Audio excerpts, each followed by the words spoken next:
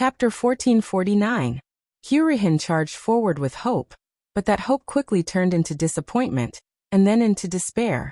He would never have thought that the 5-star army would dare to charge with cavalry. At this moment, he finally felt that there was no path to heaven and no door to hell. If it was just a musket attack, as long as he didn't charge into the effective shooting range of the enemy, they wouldn't be able to do anything to him. But it was different with cavalry. When the enemy came in front of him, he didn't even have the chance to dodge or escape. Within a short period of time, Hurihin saw his subordinates being slaughtered off their horses one by one. Their horses fell to the ground in rows. Hurihin's face was filled with shock as he turned his horse around and fled. At this moment, he had forgotten all about the merits and the charge. The only thing that mattered to him was his survival. Tisk, where do you think you're going?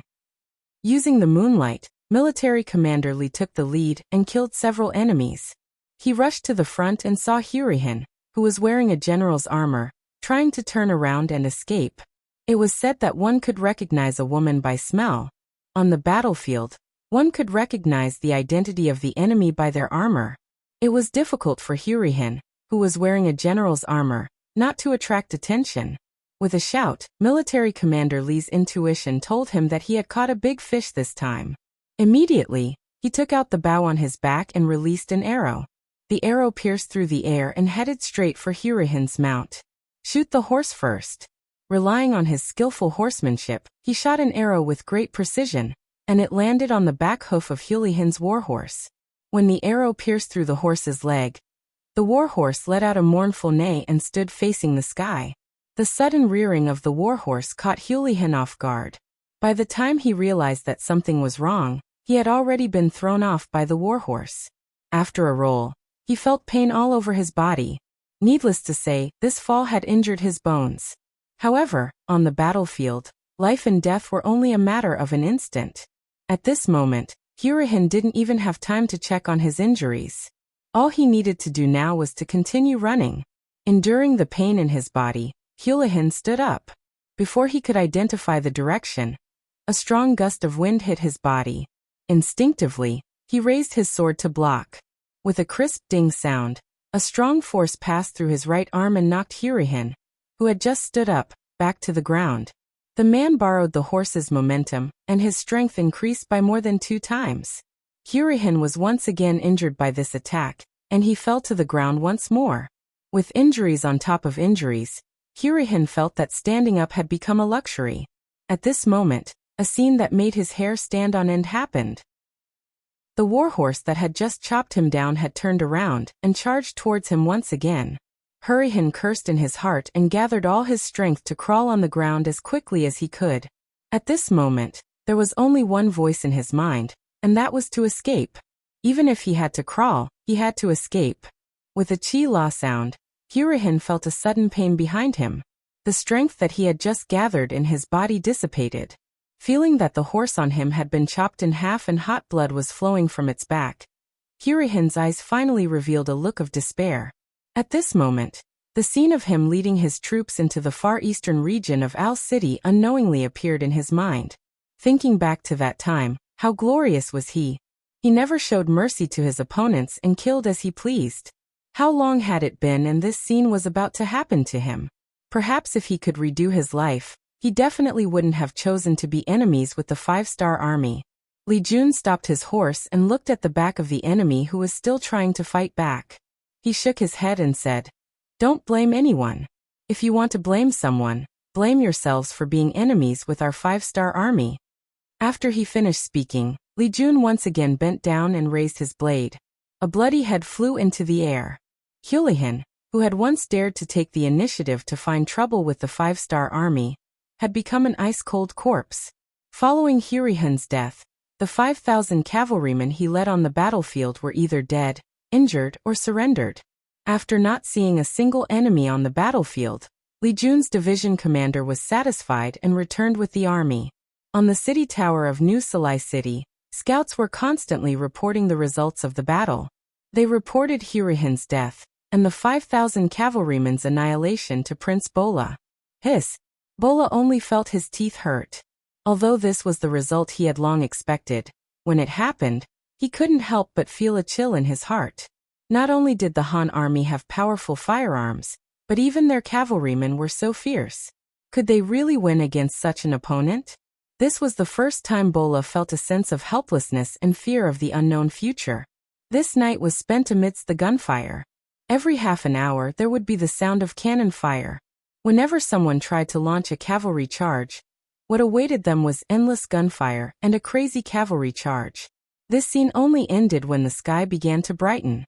During the night, the Mongolian army didn't get any rest. They spent the night in fear because no one could guarantee that the next cannon fire wouldn't fall on their heads. When the sky was bright, Yang Chendong also walked out of the tent. At this time, he was clearly in good spirits. After sleeping all the way until dawn, his mental state was at its peak. Young master. As soon as he walked out of the tent, Beta Persei excitedly greeted him, then laughed foolishly.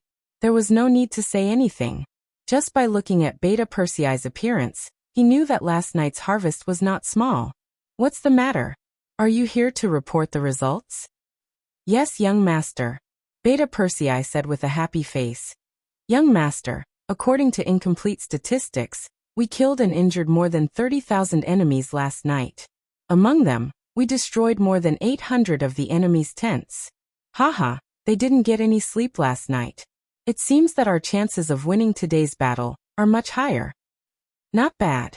Hearing the results, Yang Chendong was also very satisfied. The meaning of last night's battle was not how many enemies were killed, but how much courage the enemy had. As a result, how could an army without morale be a match for the high-spirited 5-star army? Well, you've been tired all night. Go and rest, Yang Chendong said with concern, then prepared to go to the front line to supervise the battle. No, young master, I'm not tired. Beta Persei shook his head vigorously.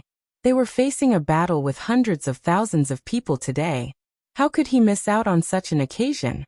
As for not resting for a night, it was really nothing for people like them who lived on the battlefield all year round. Seeing that Beta Persei wanted to continue to fight, Yang Chendong had no intention of stopping him. There were some things that even if he spoke he could stop the other party's actions, but he could not stop the other party's anxious heart. If that was the case, it was better to let Beta Persei continue to fight. Okay, if that's the case, you continue to take care of the artillery regiment. Oh right, those 8 mortars, get ready and wait for orders. See if you can shoot down a big guy. Beta Persei, who had long been used to commanding artillery, immediately agreed with a smile. Young master, you're good, haha. The sky was bright, and Bola also let out a long sigh of relief.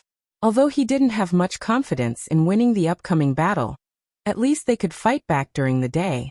With their superior military strength, even if they exchanged 1 for 2, or even 3, they would still be able to fight back. There was no need to continue to be beaten up. Bola's idea was to fight with the Han army in the open. He had already thought of a countermeasure during the night, and continued to charge. He wanted to see how much gunpowder the Han army had, and how long they could last. For this reason, he had already ordered people to invite the tribal leaders. He wanted to make a promise to raise their morale as much as possible, and deal a heavy blow to the Han army. Once both sides started to suffer heavy casualties, he did not believe that the Han army would not retreat. He did not believe that the Han army would be able to hold their ground after coming so far. And with the Ross principalities behind them, he did not believe that the Han army would be able to hold their ground. Once they retreated, it would be time for him to lead his army and attack. At that time, it would not be difficult to reclaim all the lost land. More importantly, once he defeated the Han army, he would have the other side's firearms. In this way, the White Russian army would have nothing to fear. At that time, the Golden Horde would regain its glory. At that time, once he gave the order, it would not be impossible for him to regain the prestige of his ancestors. In the camp of the 5-star army, the soldiers were eating breakfast. Yang Chendong would never mistreat his soldiers in terms of food, drink, and clothing. They had even sold their lives to him, so wasn't it natural for him to improve their quality of life? For this reason, he took out the canned meat that was provided to the 5-star army, and gave it to each of the Mongolian cavalry who had just joined. Fortunately, there were steam engines, lathes, and production lines now, Many provinces and regions had begun to encourage the people to raise poultry in large quantities. The government would take care of the unsold poultry. In this way, the raw meat and meat processing could keep up. There were more and more military rations like this, enough to meet the needs of the army. Otherwise, just in terms of food alone, the needs of hundreds of thousands of people on an expedition would be enough to give people a headache. The Mongolian cavalry ate the canned meat in their hands with a satisfied smile on their faces. They had never seen such things even in their dreams. Now that they had enough, it was a happy thing. Perhaps they had never been treated like this before. Some of the Mongolian soldiers were secretly hiding food. In their eyes, it was not enough for them to eat such good food. They should share it with their families and let them know what the so-called delicacies in the world were. Chapter 1450. He had already expected something like this to happen. He also knew that people who were used to living a hard life valued food. Yang Chendong had already given the relevant orders. When the commander of the new Second Army saw the scene of people hiding food in the camp, he sighed and walked towards a temporary platform in the camp. As he walked, his expression was still unsightly. Various factions often appeared in the grasslands. This leader, that big man. They were either brave, cunning, or living in a balance. However, no matter which leader they were, they did not change the fact that they had to solve the problem of food and clothing for their people. On the grasslands, the more they fought, the poorer they became. The population also became smaller and smaller. They had no choice but to rob. If they encountered the Han people of the Central Plains who were easy to bully, they could barely survive. However, once the Han people were strong, they could only run away with their tails between their legs. Thinking about it, how sad was that? Since that was the case, why not follow the sixth young master? Although he was not a Mongolian, he was the only one who could let the Mongolian people eat and not starve. He could let the Mongolian people wear clothes and not suffer from the cold. He could also let the Mongolian people live in the city and have something to do. They did not need to live a life of bloodshed. Since that was the case, why not sell their lives to the sixth young master? What they wanted, what they needed, he could satisfy them. He was not like some people who insisted on the meaning of the golden bloodline. Could it be that with such a bloodline, they could live a better life? Countless thoughts flashed through his mind.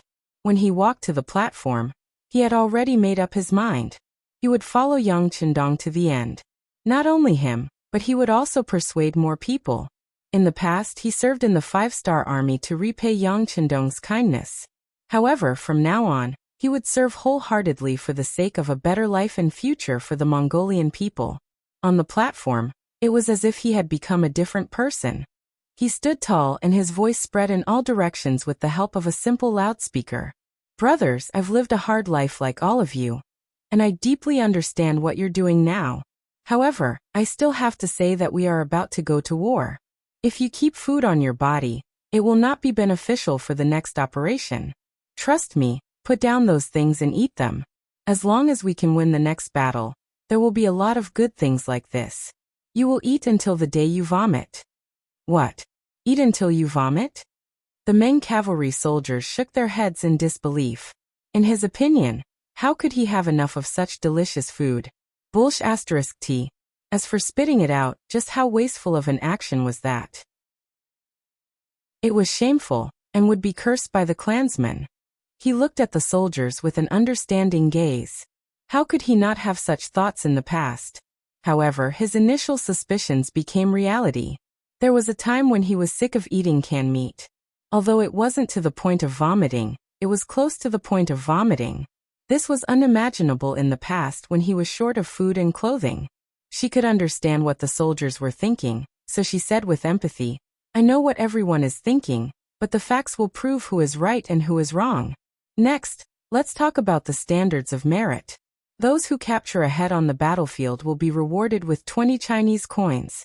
Those who capture 2 heads will be rewarded with 50 Chinese coins and a can of canned meat. Those who capture 3 heads.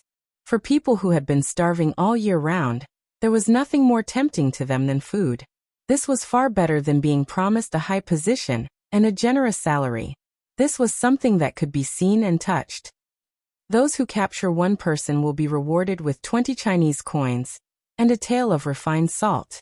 Those who capture 2 people will be rewarded with 50 Chinese coins, and a can of canned meat. Those who capture 3 people will be rewarded with.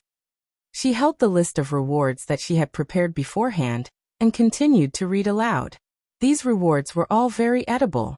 There were salt, sugar, iron pots, canned meat, rice, and even down jackets.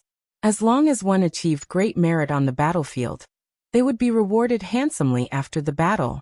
The warriors below listened quietly. After learning that there were so many different kinds of rewards, many of them looked forward to it. Some of them even started to consider whether they should kill or capture more people in the upcoming battle. It seemed like the reward for capturing people alive was much better. The 100,000 Meng soldiers who had just been incorporated and had not had time to reorganize were motivated just like that. There was no need to do any ideological work, nor was there any need to hold a meeting to reminisce about the past. All they needed to do was to take out the rewards and place them together for the soldiers to see. This was already a great stimulation. When the rewards were placed in front of them, and there were quite a few of them, all of the soldiers were moved. They all looked at the items that they needed and thought about how to perform in the upcoming battle to achieve their goals. This was the power of capital. This was the human potential that was stimulated by material needs. Looking at this scene, Shibei believed that he did not need to say anything, and everyone would give it their all. All he needed to do was pray for the enemy. At 9 o'clock in the morning, which was the time of the ancient times, 100,000 Meng soldiers left the camp and started to get into formation, preparing to attack. In contrast, the side in charge of defense had been waiting for a long time. Looking from afar, the crowd in front of New Sarai was a sea of people. It was impossible to count how many tribes and how many soldiers there were with the naked eye. Even when facing the rising Ross principalities, the Golden Horde did not put up such a grand display. Judging from this, they already regarded the 5-star army as their strongest opponent.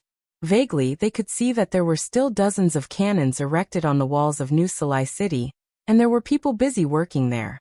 It was obvious that these cannons had just been set up to stop the 5-star Legion's attack. Beta Persei used his binoculars to look at the dozens of cannons, and his eyes showed disdain. In terms of cannons, the enemy was nothing. In his eyes, these cannons were targets that could be attacked at any time. It was meaningless.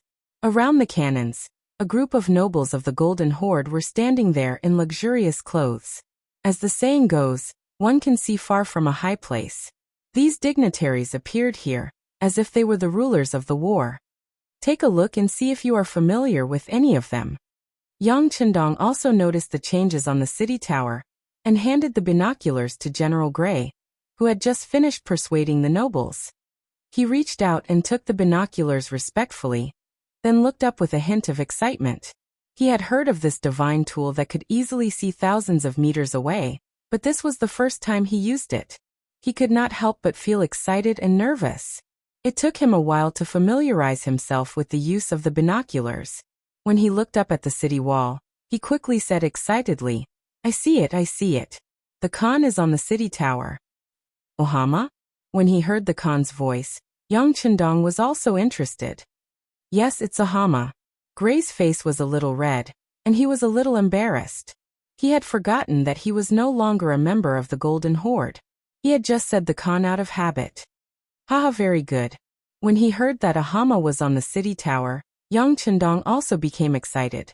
If they could get rid of the enemy's big boss at the start of the battle, then this battle would be much easier. He estimated that the Khan was at least 6 miles away. Muskets would definitely not be able to hit him. Even if field cannons could hit him, their power would inevitably be limited. If they missed, the enemy would escape, and they would miss a great opportunity. Well, inform Beta Persei to use the mortars. They must hit accurately and solve the biggest problem in one shot. Also, inform Tianyu to fly up and attract the enemy's attention. Yang Chendong quickly came up with a plan in his mind and immediately told Pan. This time, in order to deal with the Golden Horde, Yang Chendong sent a telegram to the Air Force of Qiqian City to rush over. Compared to when the Air Force was first established, they had nothing. Now the Air Force had become an army of its own. although they could not build a real plane to give them a platform to display their abilities. But there was no problem in controlling hot air balloons, hydrogen balloons, and individual paragliders. They could also complete the ability to launch gunpowder attacks from high altitude and land. At this time, the commander of the Tianyu army was checking the equipment of the soldiers at the back of the army. For a long time, the Air Force was like a deaf person's ear decoration. It had an empty name, but no actual power. Because of this, Tianyu always had a feeling of being unable to raise his head. Especially when the city lord's mansion allocated a huge amount of money to the Air Force every year. He felt even more pressure. Fortunately, no matter what other people thought of them, the sixth young master always supported him. If he wanted money, he would give him money, he would give him people, and he would give him technology. After receiving support from all sides, Tianyu had been suppressing his anger for a long time. Ever since he achieved military merits in pacifying Ryukyu Island, he was even more convinced that the Air Force was a powerful force. Then he worked hard day and night. Next, he led people to break through one obstacle after another. The problem of the hot air balloon's direction of ascent, the problem of the load, the problem of the stability of the altitude, the problem of the accuracy after dropping the explosives, including when to let it explode, to what extent the accuracy was, and so on. There were also hydrogen balloons that could fly higher and individual paragliders, how to carry out activities and reconnaissance behind the enemy's back, and so on. Over the years, the problems were solved one after another, and then they were solved again. Until now, the problems encountered have been solved, and the exercises have been done many times. Now they only lacked real combat experience. Chapter 1451. Now the opportunity was here. How could Tianyu not be excited? If he didn't need to command from the ground, he would have already ascended with the hot air balloons. Even so, he still walked to the division commander, who was also the leading officer, Sun Lixing. Division Commander Sun, this time, whether or not our Air Force can make a name for ourselves, it's all up to you. Do you have any questions? I promised to complete the mission. Sun Lixing wasn't tall, and his body was thin. But his overall balance was very good, and most importantly, he wasn't afraid of heights. There was an experiment where when the hydrogen balloon ascended to more than 1,000 meters, he could still remain calm, as if he was on land. This kind of psychological quality was tailor-made for air, so his military rank rose again and again. And this time, the actual combat command mission was given to him by Tianyu after careful consideration. He firmly believed that this person would be able to complete the mission well. Good, remember, keep an eye on my flag to ensure that my orders are carried out smoothly and destroy the main target. Tianyu patted Sun Lixing's shoulder again and said earnestly. At this time, the communications officer came over and conveyed Yang Chendong's order to ascend into the air. Tianyu thought to himself, here it comes. Next, he looked at the spectacular scene of 50 hot air balloons ascending into the air. The five-star army decided to use the hot air balloons, which was one of Yang Chendong's trump cards. The range of the mortars was only about 13 miles. Compared to his target, it was still too far away. Although there were more powerful cannons in the warehouse, Yang Chendong didn't intend to use them. He believed that with his current strength, it was enough to defeat the Golden Horde. Yang Chendong was prepared, and the Golden Horde certainly wouldn't passively take a beating. Just as both sides were mobilizing their troops and preparing for a great battle, their reinforcements arrived. From afar, the gates of New Salai City opened wide, and a steady stream of cavalry swarmed out. Not only that, the other gates opened one after another, and more cavalry rushed out of the city, then gathered together and circled to the front of the battlefield. Ha ha ha, this time I want to see how the Han army will defeat this Khan. Standing on top of the city gate tower, Mahama laughed heartily as he watched more and more cavalrymen join the battle. His expression was extremely confident. This time, in order to deal with the Han army, he had spent a lot of money and agreed to a series of conditions. In the end, he managed to invite two powerful reinforcements, the 150,000 Circassian cavalry, and the 100,000 Alan cavalry. There were 250,000 cavalrymen in total. When they appeared on the battlefield, it was as if they blotted out the sky. The surging cavalrymen covered the entire battlefield, giving people a feeling that they were endless. When the 250,000 cavalrymen raised their scimitars and shouted the word kill, their murderous aura surged. Even though the cavalry of the new Second Army were brave and experienced in battle, they were still frightened by the enemy's formation. The appearance of 250,000 cavalrymen was something that even Yang Chendong did not expect. Because they came in a hurry, the intelligence department did not have time to infiltrate New Salai City. This was also because Yang Chendong's attack was too fast, so fast that the intelligence department did not have time to implement their plans. The sudden addition of 250,000 cavalrymen made the Mongolian cavalrymen, who had been tormented for an entire night, feel more confident. In terms of military strength alone, the Golden Horde had more than 500,000 men, while the Han army only had about 200,000. This was more than twice the number of the Han army, giving them hope of victory. Good fellow, there are quite a lot of people. Ah! The heartless Beta Persei laughed heartily. Only a careless person like him would ignore the enemy's numbers. He thought that with so many enemies, how many could he blow up with one shot? Wouldn't that be great? There was also another person who was not afraid, and that was Yang Chendong. Yang Chendong already knew about the Circassians and the Alans. According to his plan, after dealing with the Golden Horde, he would deal with them. If they were obedient, it would be fine. If they dared to resist, he would just kill them. However, he did not expect that they would take the initiative to appear on the battlefield. This saved him a lot of effort, and he could kill them all in one fell swoop. Men, raise the flag and bring me my golden cloak. Yang Chendong's eyes were calm as he said calmly. What he wanted to do was simple. He wanted to stand on the front line, and let all the soldiers see him at any time to encourage their determination to fight. As long as his flag did not fall, the soldiers' mental support would be there. This way, they could win this battle. With 200,000 against nearly 600,000 enemies, even if Yang Chendong had firearms in hand, he couldn't have the slightest carelessness. He was no longer a rookie on the battlefield. On the contrary, as the god of war who had lived 2 lives, he knew very well that once the army's morale collapsed, they would be defeated like a landslide. When that time came, even the most powerful firearms in one's hands would be useless. Countless history had proven that the decisive factor on the battlefield was not whose weapon was more powerful. In the end, it still depended on the person holding the weapon. Otherwise, there would not have been a victory against the MNC, and there would not have been the birth and emergence of a new Z country. The bigger the battle, the more important morale was. In order to boost morale, Yang Chendong rode on the white dragon with a golden cloak draped over his body. At this time, he stood in the middle of the army like a god descending from the heavens.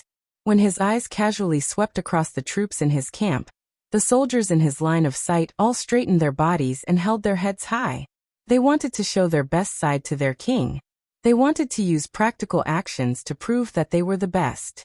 When the flag was raised, the soldiers of the 5-star army saw it clearly. As the enemy, the soldiers of the Golden Horde also saw it clearly. Mahama and the others on the city gate tower also saw it clearly. Ha ha ha, are they trying to show their determination? If so, who doesn't know how to do it? Men, raise the Khan flag. Mahama said, not to be outdone. He also wanted to show his determination. In terms of courage, he was not inferior to anyone. Because the blood of the Golden Horde flowed in his body, he was the noblest existence. After receiving the order, a Khan flag with the totem of a wolf's head was raised on the city wall. This scene was seen by even more soldiers of the Golden Horde. Immediately, a loud roar rose into the sky. Kill! Kill! Kill! The sound of killing shook the sky. This was also a sign that the war was about to begin. It could be imagined that soon, this place would become a purgatory on earth. Soon rivers of blood would flow. Hey look! What's that? Because of the appearance of the Khan flag, the morale of the soldiers of the Golden Horde was extremely high. Suddenly, one white dot after another appeared in the sky in their line of sight. After that, the white dot seemed to be slowly approaching them. The Mongolian cavalry had never seen or even heard of hot air balloons. When they saw the air force of the 5-star army for the first time, they were puzzled, confused, and then excited. The Mongolians believed in Tengri, just like the Han people believed in Buddhism. In their hearts, Tengri was undoubtedly the most sacred existence. Every person in power would use this belief to invite the great shaman to perform a ritual to prove that they were chosen by Tengri. Only then could they win the hearts of the people and obtain power. But all of this was just empty talk from the great shaman. As for what the real Tengri was like, no one knew. Everyone only had a rough idea in their hearts. Tengri had the word Tian in its name, so it should be high up in the sky. Now the appearance of the hot air balloons was like the manifestation of Tengri's spirit. It gave people a feeling of unattainable height, as if a miracle had appeared. Heavens, it must be Tengri's spirit. There were devout believers in the crowd. When they saw the white duck getting closer and closer to them, they could not help but dismount from their horses and kneel on the ground, kowtowing 3 times and kowtowing 9 times. With someone leading the charge, more and more Mongolian cavaliers began to imitate him. They knelt on the ground and shouted, "Long live Tengri!" At the same time, they also voiced out the thoughts that they had thought about many times in their hearts, hoping that they could use this chance to make it come true. On the city gate tower, Mahama also saw this scene. Compared to the people below, his mind was much clearer. He knew that the so-called Tengri was the belief of the people above, and it did not really exist. Otherwise, why hadn't any of his ancestors seen it before? Why had they not even heard of it? He knew that this was not Tengri, but seeing that the soldiers had chosen to believe, he decided to use this to his advantage. He quickly made a decision and knelt on the ground. At the same time he shouted, "Thank you Tengri for coming to support us." He saw the shamelessness of the Han people and came to help us. Using the power of belief, he had successfully gathered the hearts of the people. With this shout, everyone was enlightened. So Tengri's spirit is here to help us. Ha ha ha, since that's the case, what is there to be afraid of? We will definitely win this battle. More and more people knelt on the ground with a devout expression. Even he and the others who were dissatisfied with Mahama also knelt on the ground. There was another voice in their hearts. Could it be that the people of the Golden family were really the children of Tengri? If that was the case, wouldn't betraying Mahama be the same as betraying Tengri? Did I do something wrong? The appearance of the hot air balloons caused a trace of chaos on the originally tense battlefield. It also diluted the killing intent. Everyone's eyes were focused on the direction of the hot air balloons. Even the 100,000 Meng soldiers who had just surrendered were getting restless at this moment. Chapter 1452. Naturally, they believed in the existence of Tengri. Now that they saw that Mahama had attracted the help of Tengri, their thoughts of helping the Han people in the war began to waver. Some people had even reached out to grab their cavalry swords and began to search for the Han army. They looked as if they would draw their swords at any time. Tell them that Tengri is here to help the heavenly Khan. If they don't believe it, things will become clear soon. Yang Chendong noticed the change in the atmosphere of the army and ordered Chibi. At the same time he said to Tianyu, who was standing at the side, "Commander Tian, send a message to your soldiers.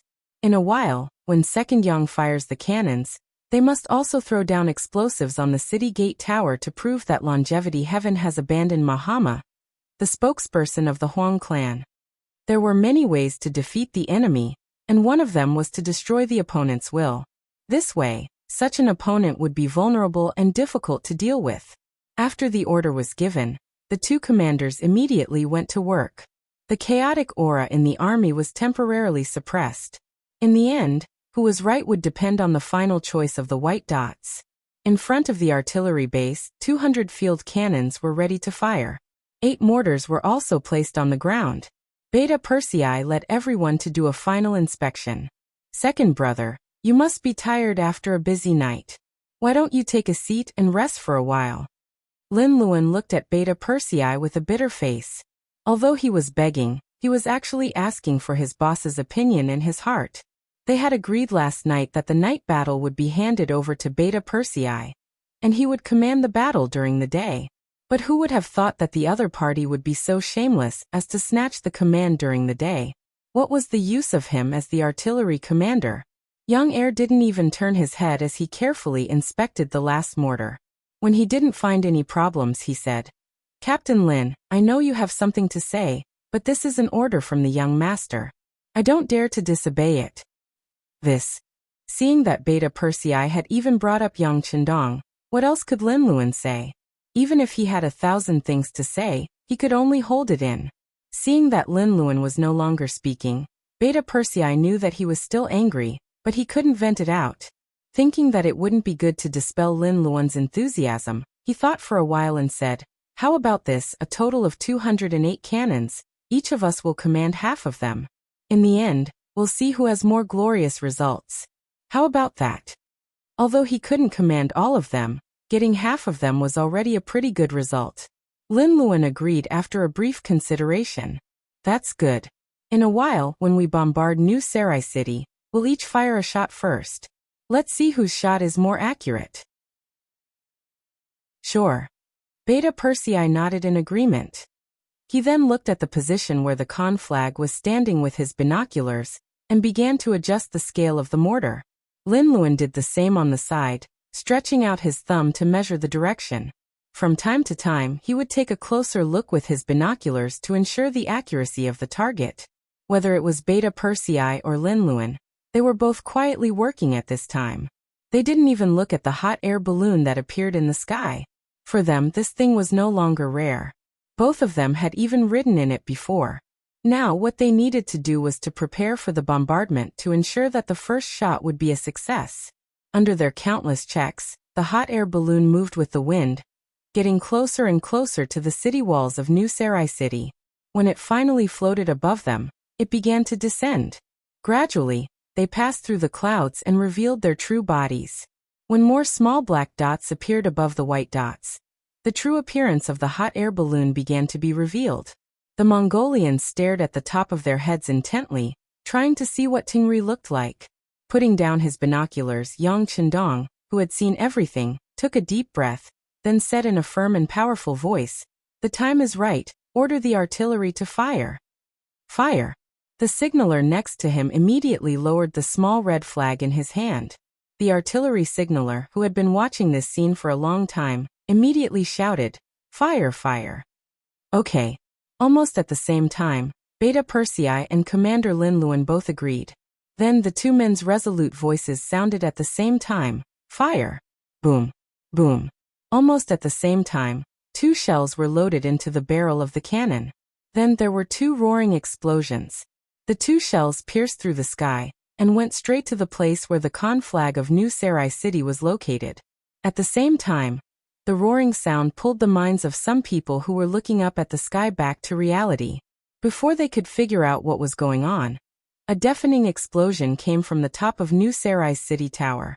Then a ball of fire flashed, and 2 large craters appeared on top of the city tower, along with a group of nobles who had been hit by the cannons. Under the precise adjustment, the 2 shells hit the vicinity of the Khan flag, and the one fired by Beta Persei fell directly 3 meters away from Mahama.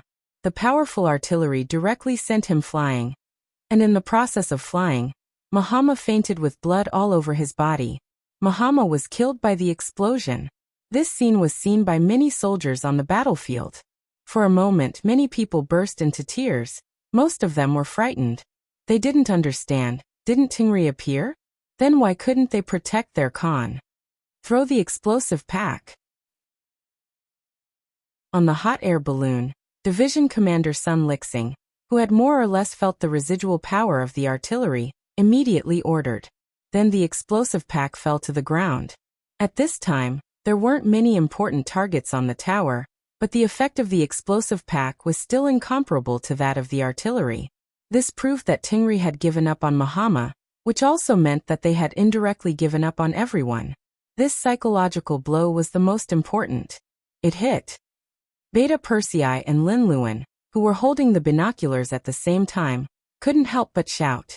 Then, after looking at each other, they ordered the artillery to fire at the same time, launching a large-scale attack. Boom boom boom boom boom boom. On the battlefield, the dense sound of artillery fire came one after another, and when it landed in the Mongolian army's camp, dozens or even dozens of corpses would be sent flying. Under the simultaneous fire of thousands of artillery, The artillery soldiers displayed their great power of killing people like killing chickens. Muhammad's death, the artillery's whereabouts, and the continuous attacks, the Mongolian cavalry panicked. They even forgot to charge, and just rode on their horses with a confused and fearful expression, not knowing what to do. On the tower, Bola, who was in the cavalry camp, also saw this scene.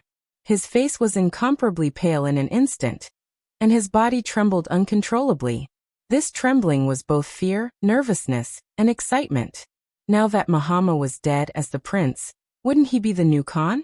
Although it came a little too suddenly. Wasn't this the result he had been waiting for many years? How could Bola not be excited when he thought about how he was going to be the Khan? The continuous sound of artillery fire quickly pulled him back to reality from his excitement. Phew! Bola let out a long breath and looked deeply at the Han army camp a few miles away. He muttered to himself, "Although you helped me become the Khan earlier, I will not be grateful to you. On the contrary, I will use your blood, your lives as a stepping stone. I will tell everyone that I am more suitable to lead you than Father Khan. Men, order the army to attack. Summon Shamask and Maulahong, the two leaders, over." Bola, who had gradually calmed down, knew what he had to do next, and he was already prepared for it. Shamask was the leader of the Circassian people, and Maulahong was the leader of the Alan people. In the past, they were independent forces. This time, the dead Muhammad had paid a lot of money to deal with the Han army, but now that Muhammad was dead, he didn't know if the promise was still valid. After hearing Bola's summons, the two generals came to the central tent with nervous hearts. As soon as they saw each other, the two leaders put their right hands on their chests and bowed. They said with a sorrowful tone, "Your Highness, please restrain your grief." "Thank you for your concern, uncles." Bola also pretended to be in pain and bowed. Then he slowly got up and said to the two, "Just now, this little prince has inherited the Khan's position. I am now the new Khan of the Golden Horde." Shamask and Maulahong took the opportunity to look at each other. After a short exchange of glances, they said in unison, "We pay our respects to the great Khan." "Uncles, please get up." Bola made a gesture of getting up, as if he was courteous to the wise. Then he sighed and said, "It's a pity that my father's body hasn't even turned cold. And now this Khan has to face the life and death of his people. The pressure is too great. Fortunately, with the help of uncles, this Khan has more confidence to fight to the death with the Han army." With that, the two were pulled onto the war chariot. After saying this, Bola quickly noticed that the expressions of the two leaders had turned somewhat ugly. He knew what they were worried about, and in order to prevent the situation from worsening, he spoke again. "Uncles, please don't worry. Father's promise to you will still be fulfilled. Not only that, I am willing to share the spoils of war with you two uncles. How about we each get 50%? Sigh, I'm sure you two uncles can see that once the Golden Horde loses to the Han army, they will soon make a move on you. To be honest, helping me now is helping yourselves." Threats and promises. Bola had said everything he needed to say. His gaze then fell on Shamask and Salamander. He believed they would make the right choice. Chapter 1453. If Bola had said these words before the battle, the two of them might have considered it. But after seeing the power of the enemy's cannons, they treated the Han army as their greatest enemy. None of them had the confidence to win against such an opponent. Only if the three of them worked together would they have a higher chance of winning. They already had this intention, and now that Bola had offered to split the spoils, how could the two not agree? They immediately cupped their fists and said, "Good. If that's the case, then we will follow the great Khan to destroy the Han army, and show the might of the Mongolian army." Good. With the help of the two uncles, we will definitely win this battle. Even though the answer was within his expectations, Bola was still very excited after hearing it with his own ears. The three of them finally sat down together, and began to attack together for a common goal. The three of them discussed the direction of their attack, and said goodbye to each other before returning to their respective camps. Of course, at this time, the great Khan and the two leaders had already changed into the battle robes of ordinary soldiers. With Muhammad's example, they wouldn't casually expose their targets. At the same time, The Mongolian cavalry of the Golden Horde had already launched continuous attacks. Even though it was only a small-scale charge, Yang Chendong did not underestimate the enemy. He ordered the army to be prepared, and only used the cannons to receive the enemy's attacks. At the same time, he was also waiting for the enemy's reaction. There were only two kinds of reactions. The first was to fight, and the second was to flee. If it was the latter, Yang Chendong would have a headache.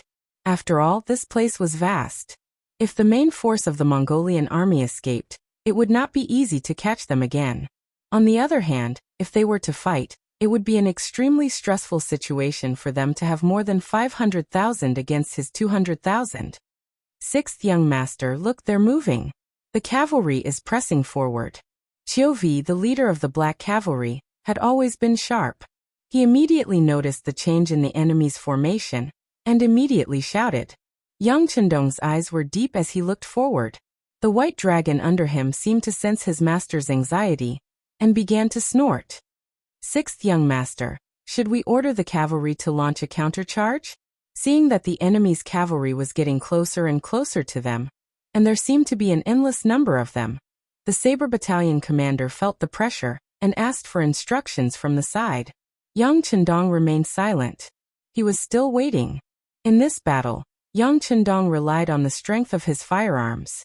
If he were to compete in numbers, he would soon be at a disadvantage. Even if he could win in the later stages, it would be a Pyrrhic victory. This was not what Yang Chendong wanted. Seeing that Yang Chendong didn't say anything, Shibi and the others had no choice but to stand to the side and wait. At the same time, they anxiously watched the battlefield. In the face of a cavalry charge, the one who made the first move would usually have the upper hand. After all, a warhorse would need a period of time to exert its advantage. If it waited for the enemy to arrive in front of it before launching a counterattack, it would already be at a disadvantage. The Central Army was not in a hurry and did not issue any orders. Many of the cavalry generals had anxious looks on their faces. However, only the 2nd Cold Front Division and the officers and soldiers had excited looks on their faces.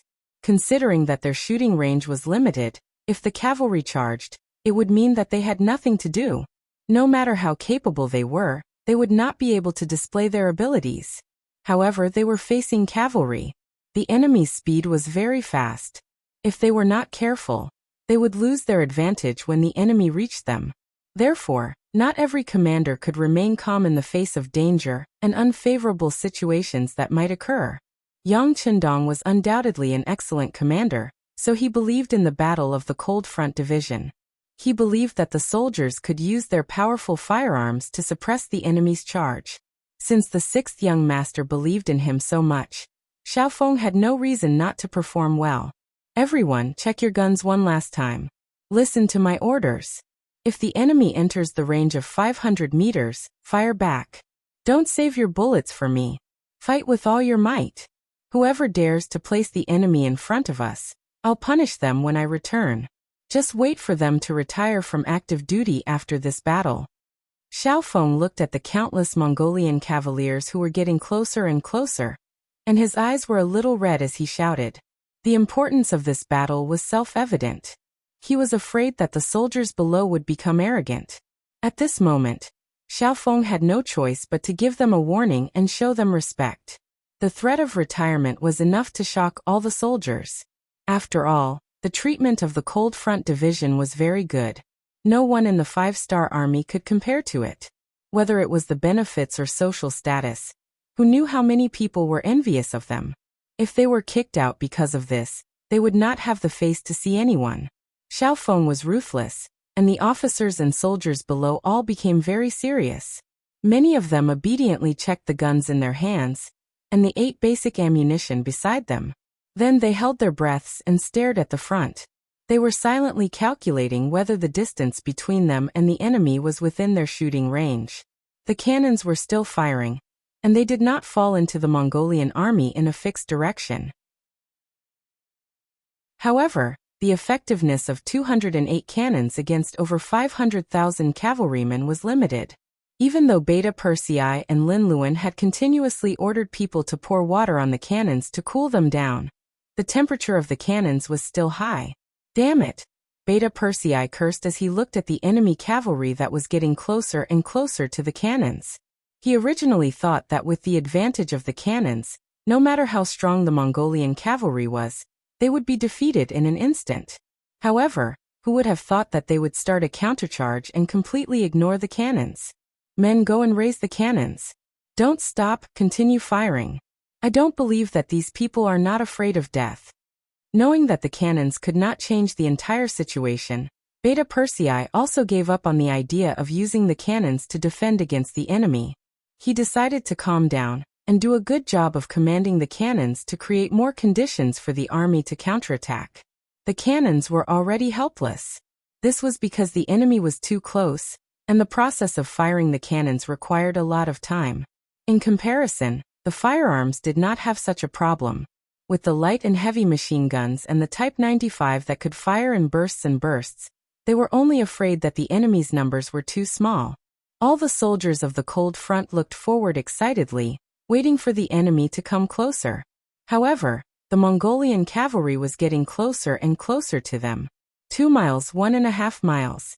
Finally, they were within 1 mile of the enemy. The Mongolian cavalry that came in a straight line took up the entire battlefield. As far as the eye could see, there were enemies everywhere. In such an environment, the soldiers of the cold front did not even need to aim. They only needed to fire their bullets and they would hit an enemy. Fire! When they saw that the Mongolian cavaliers were within their firing range, Xiaofeng, who had been waiting for a long time, could not help but shout out the order to open fire. Thousands of long spears were fired at the same time, and they fired at the Mongolian cavaliers who were charging over to vent their anger. Following the sound of gunfire, row after row of Mongolian cavalrymen fell from their horses, or fell to the ground with their horses. The bullets pierced through the air and drilled into the bodies of the cavalry and war horses. At the same time, they also took the lives of the cavalry. At that moment, life was so fragile. At that moment, life was as cheap as grass. At that moment, life was flowing away like water. Under the sound of gunfire, the Mongolian cavalry's charge was stopped. The Mongolian cavalry that charged at the front fell like chives that were being cut. Then they were replaced by another batch. The only difference was that the ground was covered with a layer of corpses, and there was a pungent smell of blood. Phew! When the mercenary commander and the others saw this scene, they all heaved a sigh of relief. Just now they were really worried. If the cold front could not stop these cavalry, the consequences would be unimaginable. Once the enemy cavalry reached them, even if the king's flag was here, the army would not be able to escape. In this kind of battle, once the morale was gone, once they started to retreat, no one would be able to turn the situation around. Just now, the mercenary commander had even made the decision to protect Yangchendong and retreat. Fortunately, the worst-case scenario did not happen. The cold front was indeed the most elite of the 5-star corps. They did not disappoint and finally blocked the enemy's attack. They suppressed the enemy's arrogant aura and suppressed the enemy's arrogant flames. The 5-star flag was still there, and it calmed the hearts of the soldiers. It allowed them to not choose to escape when the danger was near. Now that the cold front's counterattack had stopped the enemy's attack, and was continuously destroying the enemy's strength, all the soldiers of the 5-star army relaxed. Then, they stared at the battlefield without blinking. At the same time, they would occasionally look at the king's flag and wait for the order to counterattack. The soldiers of the 5-star army relaxed, and in return, the expressions of the Mongol cavalry changed drastically. They were in great pain. Originally, they thought that with their advantage in numbers, they would not be afraid even if the Han army had cannons. After all, cannons could only attack a single point and needed time to reload. If they were lucky, they would not be hit by the cannons. As long as they could charge in front of the Han army, they would be able to display the advantage of their cavalry. They would wave their sabers and let the Han army know what the consequences of angering them were. This was especially so when the cavalry continued to charge. As the distance between them and the Han army got closer and closer, the Mongol cavalry became even more excited. Many of them even thought that victory was already in their hands. That was because with such a close distance and the advantage in numbers, the Han army would definitely not be able to turn the situation around. Because of this, many of the Mongol cavalry increased the speed of their horses. It was as if they were afraid that they would be a step too late and not be able to obtain military merits. Among them, there were a few small Mongol tribes that had been persuaded by General Gray. Chapter 1454. They had met with Gray before and agreed to help the five-star army. However, seeing the situation on the battlefield change, seeing that the Han army was about to be finished, how could they still care about such things? This was the human heart. Never expect promises to be useful, and never take agreements too seriously. When you are weak, even a dog may come and trample on you. Of course, not everyone was like this. Take Erhek for example. He led his tribe behind. Since he had agreed to help Gray, he could not go back on his word. More importantly, Erhek did not think that the Han army would be defeated so easily. If that was the case, why would he send troops to fight the Golden Horde? With everyone having different thoughts, the three marshals of the Mongol army all had their own thoughts. Shamask, the leader of the Cherkass people, and Mao Lahong, the leader of the Alans, had the intention of retreating. Under the constant barrage of cannon fire, they were suffering losses. They thought that as long as the cavalry charged into the Han army, they would be able to turn the situation around. Not only would they win, but they would also be able to get their hands on the powerful cannons. But who would have thought that in addition to the power of the cannons, the other party's muskets were also so powerful that they were able to stop the cavalry's charge? It was as if a natural dividing line had been drawn, and whoever crossed it would die. He watched as his subordinates charged forward and died one by one, and two by two died. In a short period of time, tens of thousands of cavalry died in the charge. Shamask and Mao Lahong's expressions changed. They began to feel fear. Unknown death was the most terrifying thing. Since they didn't know how long the Han muskets could last, Shamask and Mao Lahong didn't know if they should continue gambling. After all, the stakes were too high. If they failed, there would be no chance of a comeback. Shamask and Mao Lahong's expressions changed.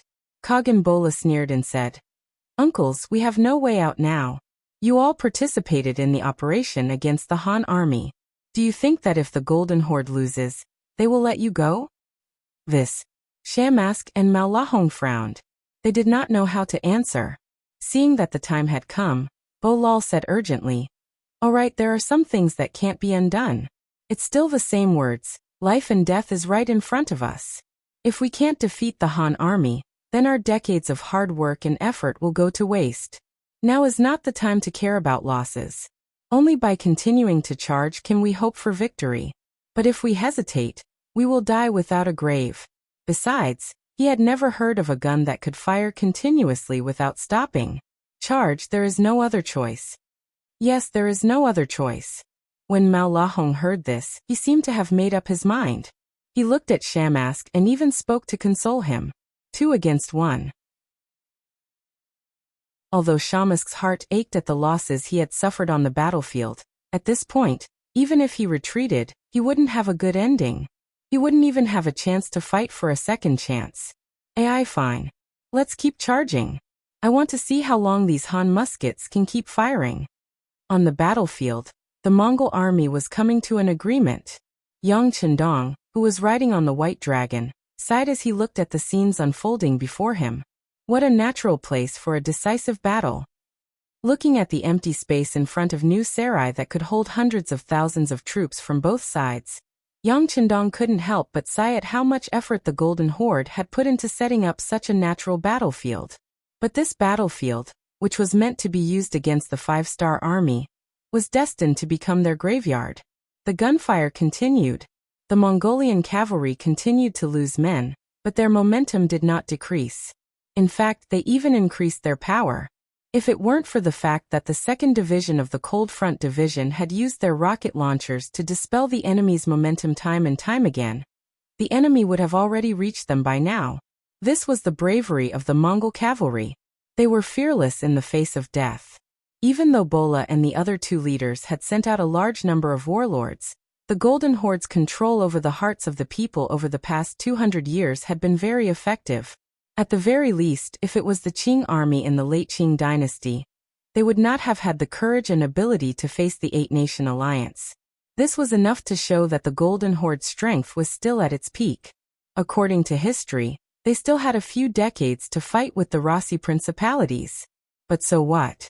In front of the Five-Star Army, no matter how strong the army was, it was nothing more than a useless army. Everything depended on whether Yang Qindong was determined to deal with them. It depended on whether their existence was an obstacle to the unification of the world. It's about time. We can't kill everyone. We need a lot of slaves to build this place. Order the Air Force to follow the plan. Yang Qindong, who was on the White Dragon, moved his lips slightly. The commander of the Heavenly Language Corps, who had been standing at the side impatiently for a long time, immediately agreed happily. Then he ran to the communications center and began to contact Division Commander Sun Lixing. In the sky above New Sarai City, the hot air balloons that first appeared here rose higher and higher as the battle began. They slowly left the people's sight. However, they did not really leave. Instead, they hid themselves and waited for an opportunity. They were waiting for the order to attack. Finally, after about 2 hours, Division Commander Sun Lixing, who was on a hot air balloon, received the order from Commander Tianyu. The moment he saw the contents of the telegram, he was very excited. He immediately said to the flag bearer beside him, "Raise the flag, order the operation to begin." The Air Force soldiers who had been waiting impatiently in the air were waiting for this order. After seeing the command from the hot air balloon, they excitedly lowered the altitude of the hot air balloon left and right, constantly searching for the target in the process. In order to cooperate with them, dozens of intelligence team members in New Sarai City had already begun to move. They were wearing brightly colored silk cloths, which they tied to the sides of their important targets to guide the hot air balloons in the sky. What were important targets? When two armies fought, before the soldiers and horses moved, the provisions would move first. The most important thing was, of course, food.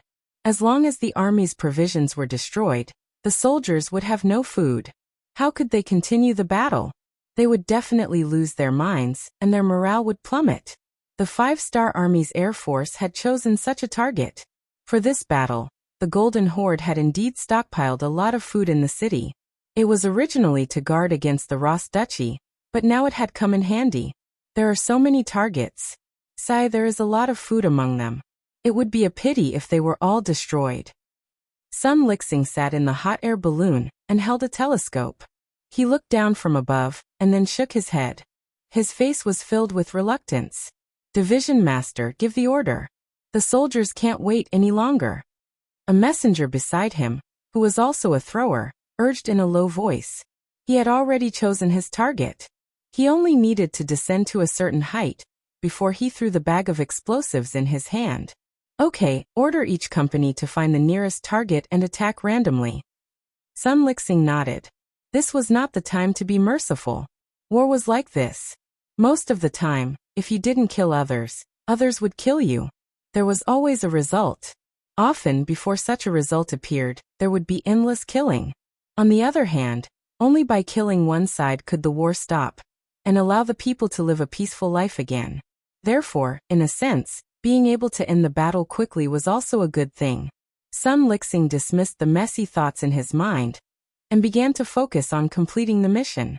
About half an hour later, the hot air balloon descended to a height where it could throw the bags of explosives. Then one by one, the bags of explosives fell from the sky. New Sarai City was engulfed in flames. The sudden explosion and the sound of thunder turned the city, which was the rear, into the front line. Countless houses and mansions of the nobles of the Golden Horde became the targets of the explosion. Countless heavily guarded granaries became the focus of the explosion. Amidst the sound of thunder, the sky was filled with flames. What's going on? The new Khanbora, who was commanding the cavalry to charge outside the city, suddenly heard the continuous explosions behind him. He looked back with an ugly expression. The thing he was most worried about had happened. Instability in the rear was a military taboo. This would create a huge pressure on the already low morale of the army. It could even decide the outcome of this battle. Great Khan, I will go take a look. Captain Meng Wuka looked back, his eyes flashing with horror. He was also very curious as to why there were cannons raining down from the rear, with flames soaring into the sky. Hence he asked, "Go quickly and return quickly." Bora nodded to Mang Wuka, then said, "Arrange for General Bodwa, who is in charge of the scouts, to come here. I want to know if there are any more ambushes nearby." Mang Wuka nodded and left. Not long after, he entered the city. What he saw was a scene of fire everywhere. Everywhere, the people in the city were rushing to put out the fire. However, compared to the limited fire suppression, there were still bags of explosives falling from the sky, causing new damage and spreading flames. In comparison, the fire did not seem to be weak. Instead, it seemed to be getting out of control. That's where the granaries are, and there too. Heavens! Mang Wuka quickly looked around and was shocked. At this moment, he finally realized the seriousness of the matter. Almost all the granaries in sight were on fire. This was shaking the foundation of the Golden Horde. Chapter 1455. Quickly arrange for people to put out the fire. As he shouted, Mangwok turned around and galloped away. He wanted to tell the Khan about what had happened here, so that he could make preparations. Just as Mangwok galloped towards the city, Yang Chendong, who was riding on the White Dragon, saw the flames in New Salai City. He knew that the Air Force had made a move. He knew that the plan to take drastic measures to deal with the situation had finally come to fruition. It's time to end this. Tell General Gray that he can start his plan. Yang Chendong's gaze was still calm as he spoke in a calm voice. The Black Cavalry had already received the order and spread the word. General Gray, who had been waiting in the army for a long time, also saw the flames in New Salai City. He became nervous and excited because his chance to make a great contribution had arrived. However, he was still faintly worried in his heart. He didn't know if Yang Chendong would give him this chance to make a contribution. Looking at the current situation, even without he and the others, the 5-star army would definitely win this battle. Originally, he thought that this battle would be very difficult. At that time, the tens of thousands of people that he had prepared in advance would be able to play a role in determining the outcome of the battle.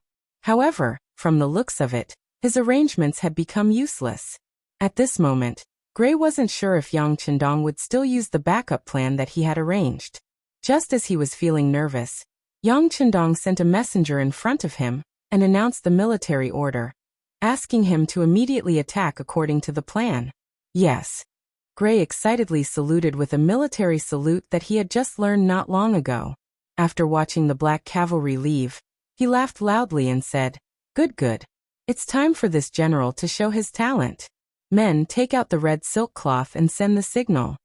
The red silk cloth was the signal that Gray, he and the others had discussed before this. The moment the red cloth appeared on the battlefield, the leaders of the small Mongol tribes that had been convinced by him would immediately change sides and deal a heavy blow to the Mongol army. The red cloth had already been prepared, and the soldiers who received the order immediately raised it up high. The long pole in their hands stood between heaven and earth, and at this moment, it fluttered with the wind. Because the red cloth was dozens of meters wide, it became a scenery on the battlefield that couldn't be ignored. At this time, he and the others were anxiously looking in the direction of the Han army camp. In just 4 hours, they had personally witnessed batch after batch of elite Mongol cavalry charging at the Han camp and dying on the battlefield. To be honest, they had seen a lot on the battlefield, and they had seen many one-sided situations.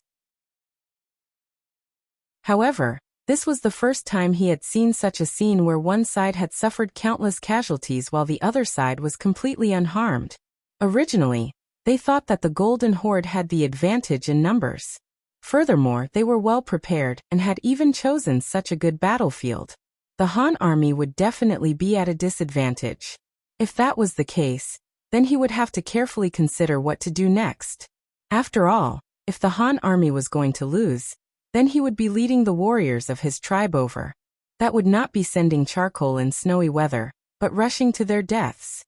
He was originally very worried, as he never thought that the Cherkis and Alans would appear on the battlefield to help the Golden Horde deal with the Han army. However, he had already promised Gru, and had even accepted his silver. If he were to go back on his word now, Wouldn't he become a disloyal and unjust person? As for what to do, he was in a difficult position. Even though he saw that the Han army had powerful cannons that he did not know of, he did not see any hope. In the past, when they fought against the White Russians, they had also used cannons. However, in the end they did not gain any advantage. Furthermore, the Golden Horde had spent a lot of money this time, inviting so many helpers. How long could the Han army last? Once the cavalry charged in front of the cannons, they would no longer have the advantage, and would be slaughtered by the Mongol cavalry. Just as he was feeling conflicted, the might of the 5-star army's muskets appeared. They actually formed a strong and dense net, making it impossible for anyone to charge in. Who knew how many elite cavalry had died because of this? When he saw this scene, he finally relaxed a lot. At the same time, he finally saw the strength of the Han army. At the same time, he began to worry that such a strong Han army would not be able to accept him. Humans were often such contradictory entities. When they had no money, they wanted to have money. When they had money, they would worry about not having money.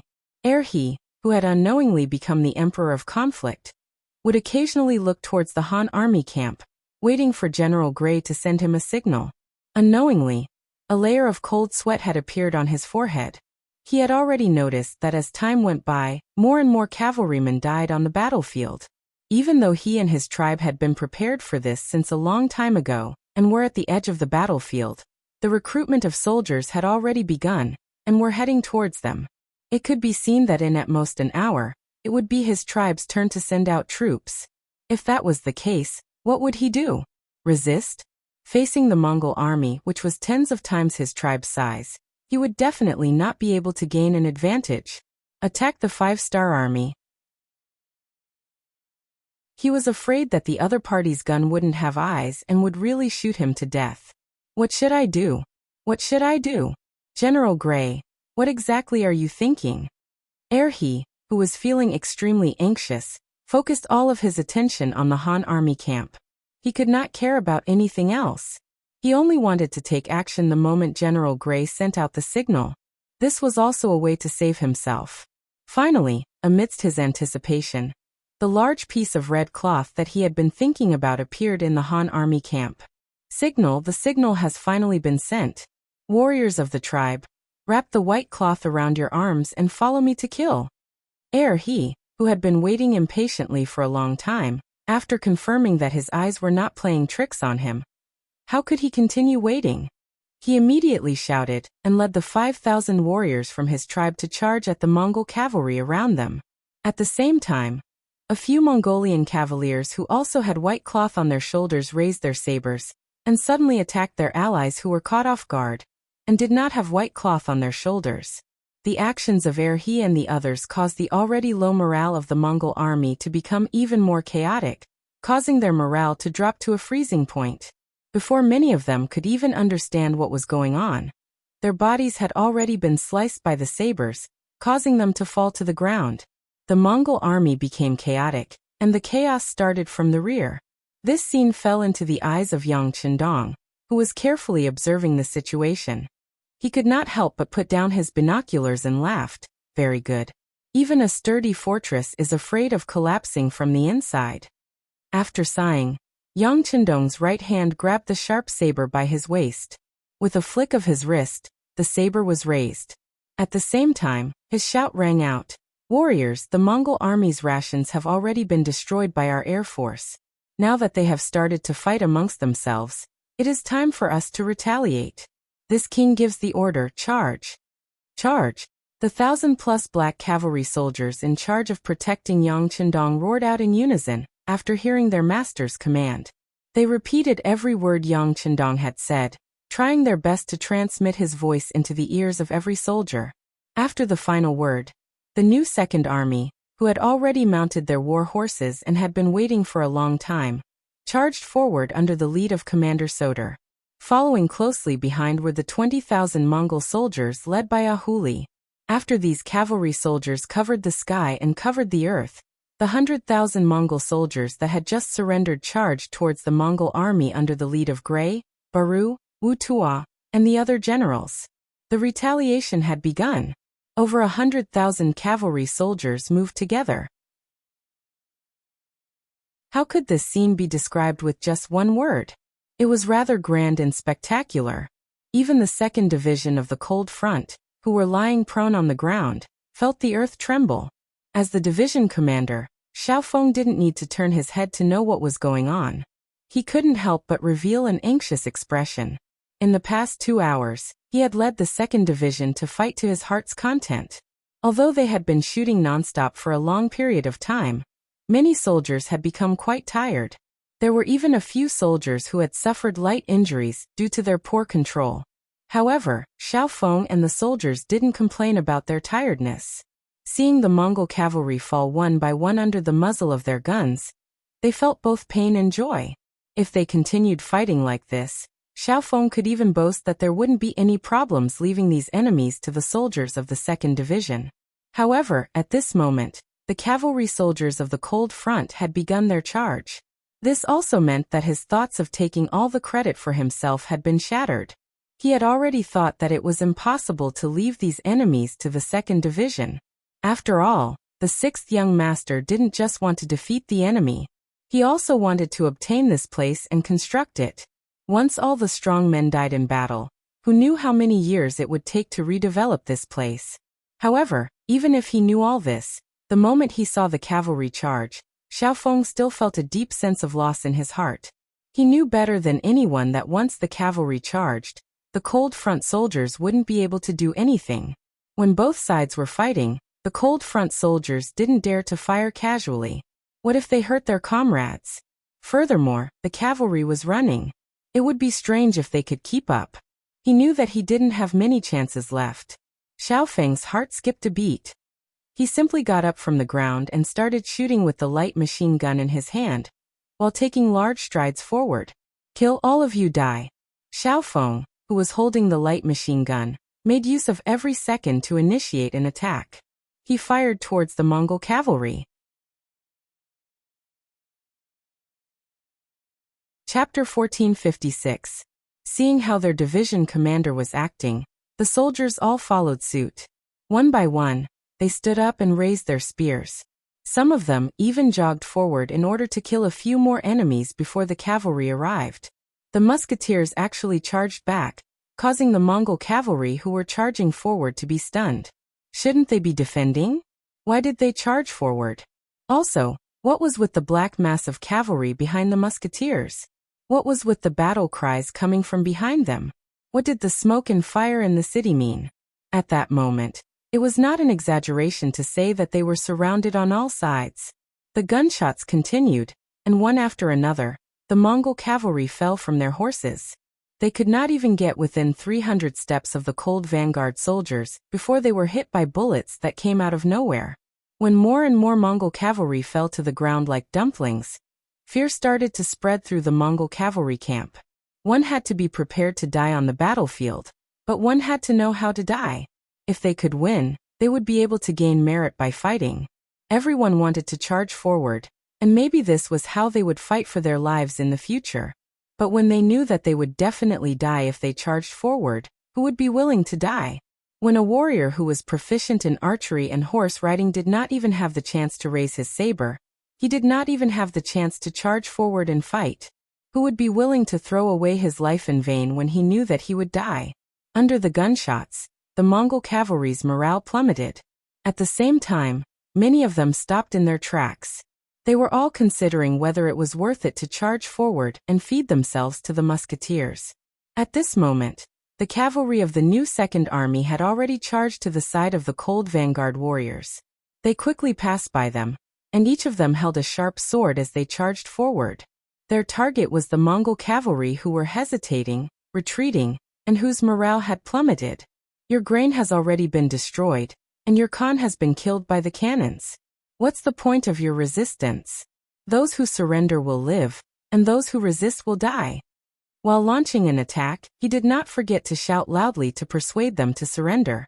Shirbi knew Yang Chendong's strategy very well, and he also knew the significance of these strong Mongolian cavaliers to the construction of this place in the future.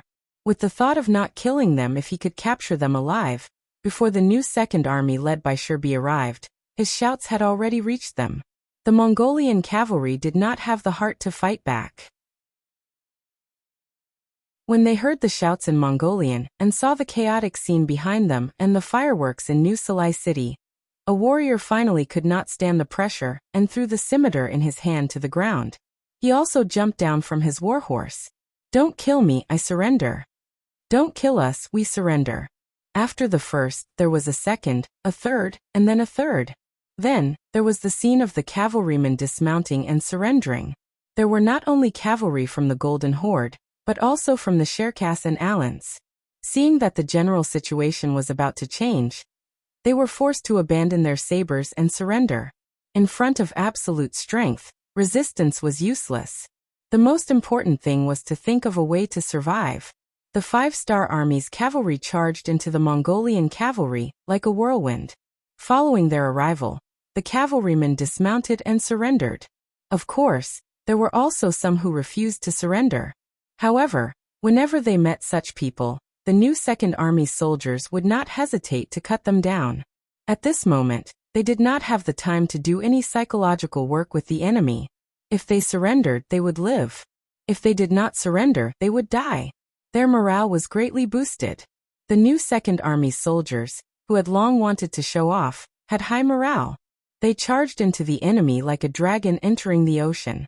Wherever they went, they would either surrender or die. Wherever they went, they did not look at any of the cavalrymen on their warhorses. For a long time, the new Second Army had been labeled as a rebel army. Although they had gone through an investigation, and Yang Chendong had even said that the new Second Army was a good army with no problems, it was still not a good army. However, it was inevitable that there would be people who would point fingers at them behind their backs. As the commander of the army, Shibi was undoubtedly the one who was under the most pressure. He had wanted to change this situation more than once, but he could not find the right opportunity. Finally, the new Second Army's hesitation on sending troops to the far eastern province attracted Yang Chendong's dissatisfaction. This also gave the new Second Army a chance. Ever since they knew that they were going to follow Yang Chendong into battle, all the commanders of the new Second Army, including Shibi, had been waiting for a chance to avenge themselves. Finally, along the way, the new Second Army had shown enough strength to prove that they were brave warriors. At the same time, they also received another promise from Yang Chendong. After the Golden Horde and the Rossi Principalities were destroyed, the new Second Army would become the new Second Army, just like the new First Army. When they received this news, all the generals and soldiers of the new Second Army, including Shibi, became excited. Everyone knew that the expansion of the army would affect countless benefits.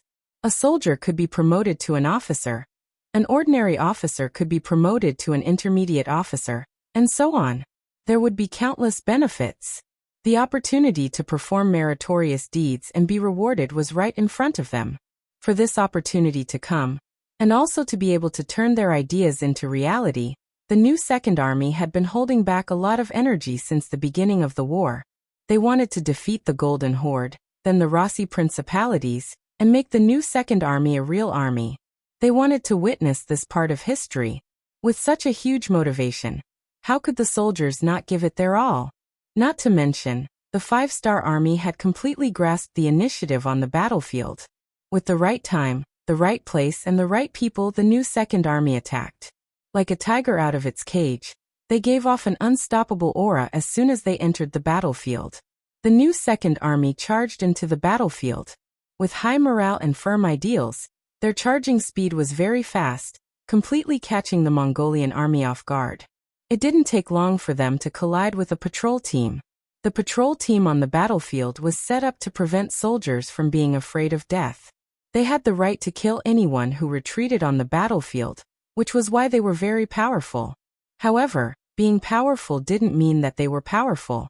They were just relying on their special status, so no one dared to attack them. That was why the army that charged out didn't dare to turn back. This didn't mean that they were stronger than others. In fact, many of them were just average. When such an army collided with the high morale of the new Second Army, the result was predictable. Almost at the moment when the two sides collided, the outcome was already decided. When the patrol team faced the 5-star army that dared to attack them, they didn't have any special privileges. All they had was to be cut down. When the raised sabers landed on their bodies and cut into their flesh, causing fresh blood to flow out, the patrol team members realized that they were just ordinary people. They weren't made of iron, and when a saber pierced into their flesh, they would feel pain. They would bleed, and they would die.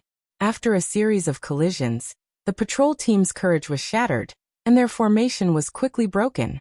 The new Second Army treated them like they were nothing and continued to charge into the middle of the Mongol army that was already in chaos. When the patrol team thought that the danger had passed, a huli brought 20,000 White Russians and charged over. Facing the scattered Mongolian patrol team, they didn't show any mercy and didn't intend to let them go. Instead, they charged at them, forcing most of the patrol team members to kneel and beg to surrender.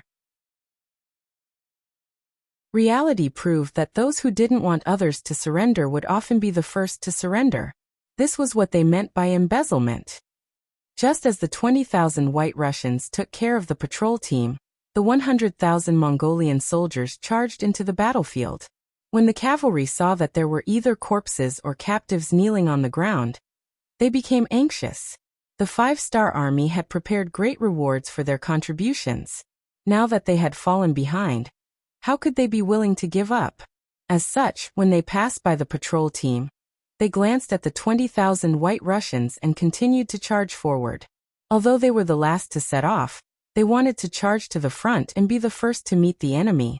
This was the effect of morale, and also the power of capital. When given enough benefits, soldiers would fight with their lives on the line. One was active, while the other was passive, so the effects were naturally different. When the 100,000 soldiers who wanted to contribute charged towards the Mongol army, it was truly a majestic sight, and no one could stop them. Before the 100,000 Mongolian soldiers arrived, Shibi led the new Second Army, while a huli led the 20,000 White Russians and charged into the Mongolian army. As they entered, the news of the rations being destroyed in New Sarai City spread like wildfire. We don't even have rations anymore, so why are we still working for them? Why don't we just rebel and follow the Han army? At least we'll have food to eat and won't starve. He and the others were very useful at this moment. Especially when these words were shouted out by a few tribes, it had a huge impact. When some people heard this, they couldn't help but consider whether they would be able to survive if they continued to follow the Golden Horde. In contrast, the Churkas and the Alans did not have such worries. Both sides were in a cooperative relationship, so they didn't have to worry about who belonged to whom. Now that they heard that the rations had been destroyed, they were the first to protest.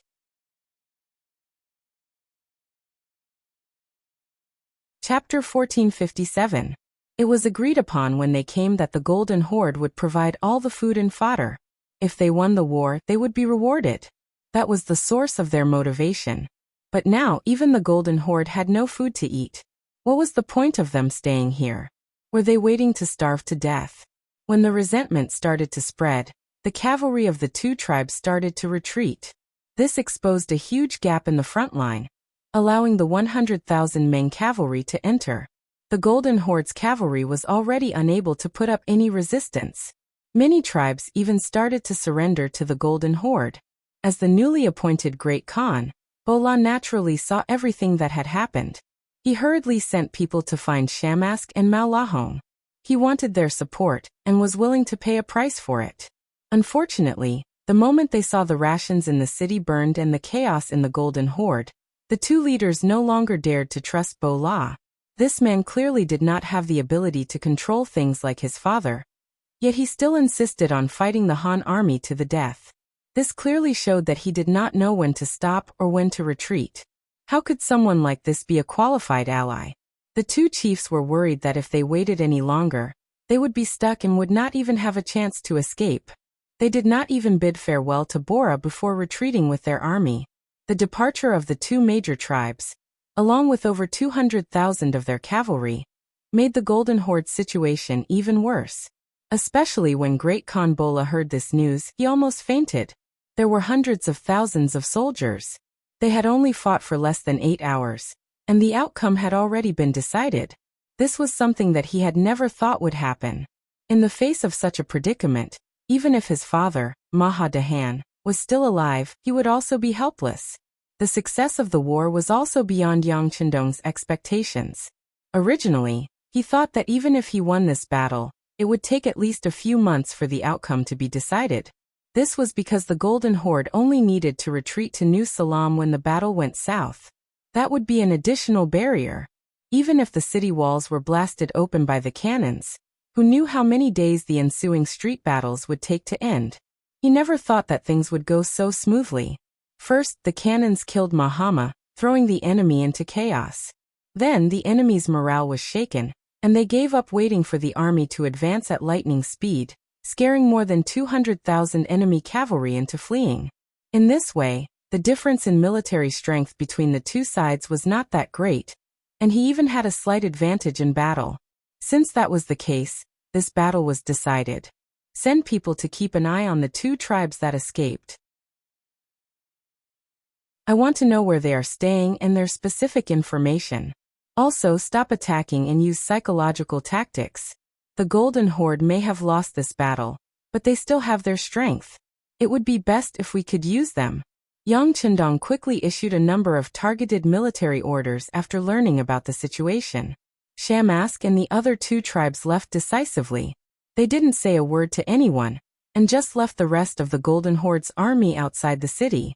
By the time Bola knew that the situation was heading for the worst, he was about to lead his army back into the city, when he discovered that the road to the city gates had been blocked.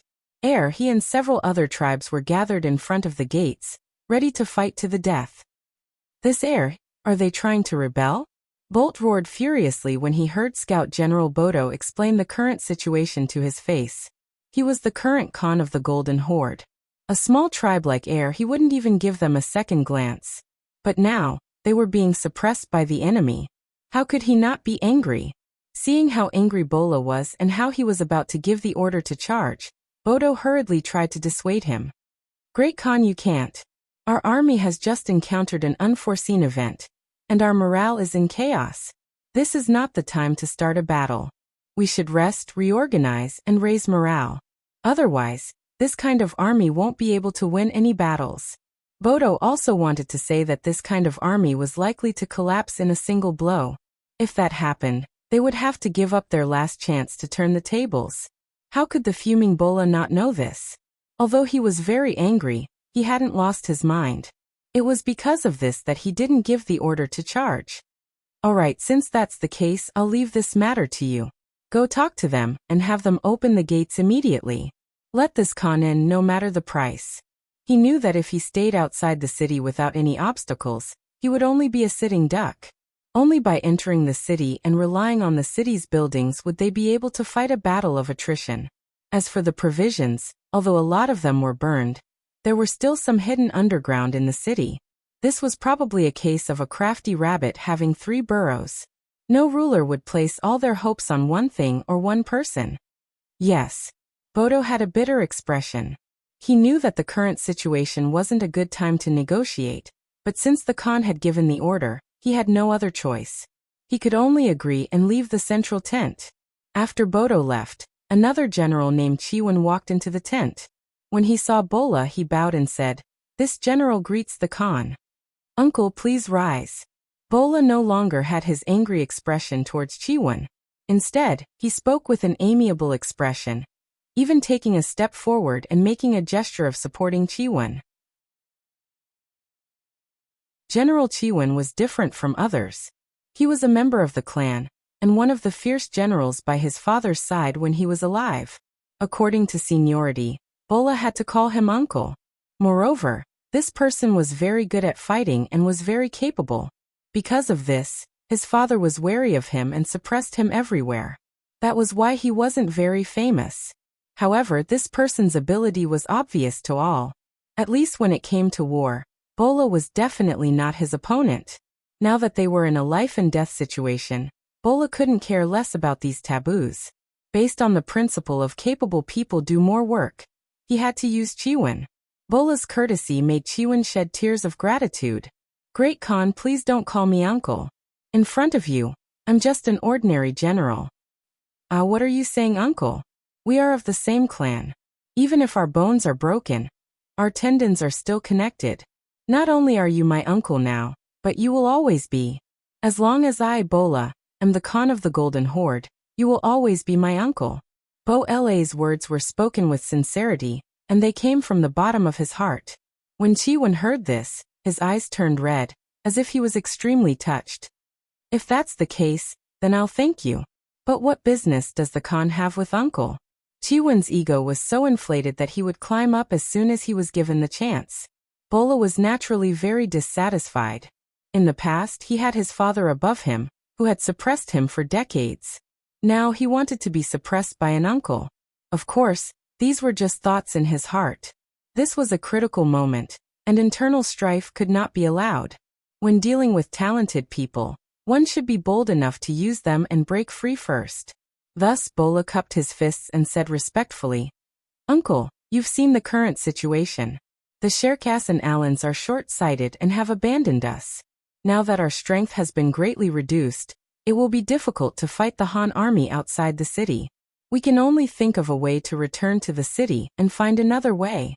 But now that the road back to the city has been blocked, what should we do? Isn't that simple? Just kill whoever gets in the way.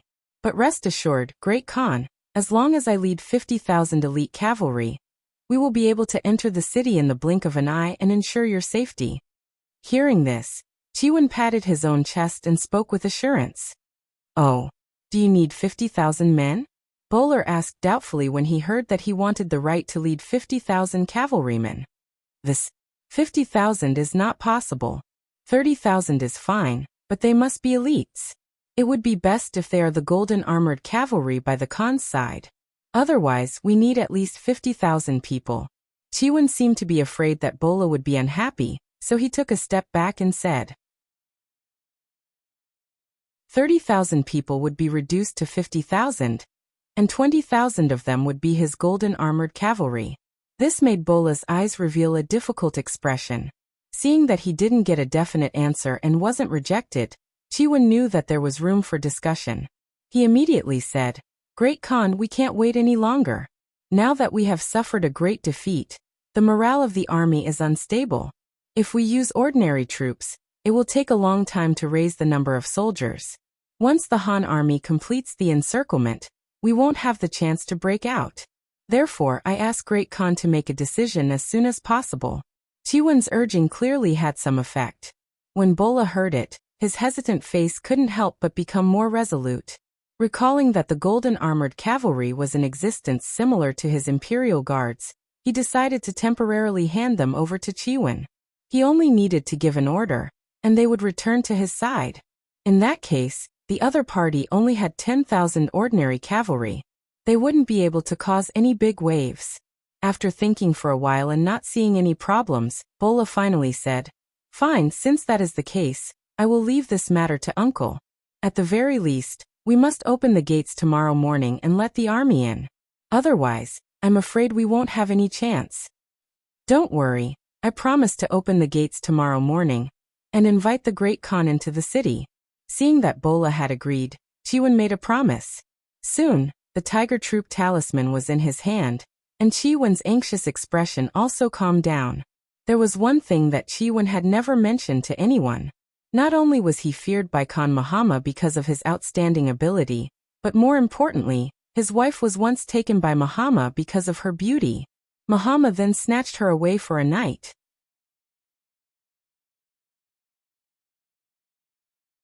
Chapter 1458. Things like this were not rare in the Mongolian upper echelons. Even a father sleeping with his son's wife had happened before. But the strange thing was that Chi-Wen's wife was a woman with a strong temperament. With the idea that a good woman does not serve a second husband, she hanged herself that night before leaving Chi-Wen's Great Khan's tent. The next day, what was delivered to Chi-Wen's hands was only a corpse that was still a little warm. Chi-Wen and his wife could be said to be deeply in love. After a night of duty, how could he not be angry when he saw such a scene when he returned home? However, he was a shrewd person. He knew that it was impossible for him to fight against Mahama with his strength. Not to mention revenge, he was afraid that he would be captured before he could even enter the Great Khan's golden tent. It was from then on that hatred was buried in his heart. It must be said that Mahama was a cautious person. After seeing that Chiwen did not make a fuss, he always felt that something was wrong. From then on, he began to guard against him. However, because Chiwen was indeed a good fighter, and there was no evidence that Chiwen wanted to harm him, he did not make a move. However, he also did not let Chiwen take control of the military. At most, he only had 1,000 soldiers. Because it was a scandal, Mahama did not tell his son the truth. He only said that Chiwen was too strong. If he took control of the military, he was afraid that something bad would happen to the great Khan. However, no one would have thought that a cannonball would suddenly take Mahama's life. As a result, he did not have time to tell his son many things before he died. Now that Chiwen had finally taken control of the military, could he still continue to endure? Thinking of Bola's reluctant expression when he took the tiger tally, Chiwen knew that he could not wait any longer. Otherwise, he really did not know if there would be a next time. Since that was the case, he decided to take action tonight. However, before that, he needed to send out the 20,000 golden armored cavalry. As long as this army was not protecting the golden tent, no one would be an obstacle on his way forward. Of course, there was one more thing that he had to do, and that was to surrender to the Han army. Yes, Chiwen had made the decision to surrender to the Han army. During the day, he had witnessed the power of the 5-star army's firearms and was shocked. He had seen Russia's firearms before, but their power was limited. If he were to compare them to the 5-star army, it wouldn't be an exaggeration to say that the difference was like heaven and earth. How could the Golden Horde be a match for such an army? Chiwen was prepared to surrender even before he obtained the tiger tally. However, considering that he only had 1,000 cavalrymen, even if he brought them over, they wouldn't attract too much attention. Now that he had 30,000 cavalrymen in his hands, and most importantly, Bola's safety was in his hands. This meant that he had enough capital to do what he wanted to do. After pondering for a while, Chiwen called for a bodyguard and whispered into his ear, "Make your preparations. Go out as soon as the sky turns dark. Find a way to find General Gray, and personally hand this letter to him." "Yes," the guard replied. He carefully put the letter into his pocket, then turned around and left. This bodyguard had followed him for more than 10 years, and had witnessed his glory and decline.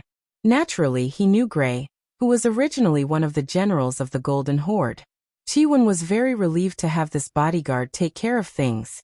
After arranging this matter, he sighed and said, "Next, we have to go to the Golden Horde camp." This sigh expressed Chiwen's feelings perfectly. It was said that no egg would remain intact when the nest was overturned. In order to take revenge for his own personal grudge, he had to sacrifice the entire Golden Horde. He couldn't bear to do so. However, if he didn't do so, he wouldn't be able to take revenge. Since Mahama was already dead, he might as well vent all his hatred on Bolal. Since that was the case, he had to repay his father's debt.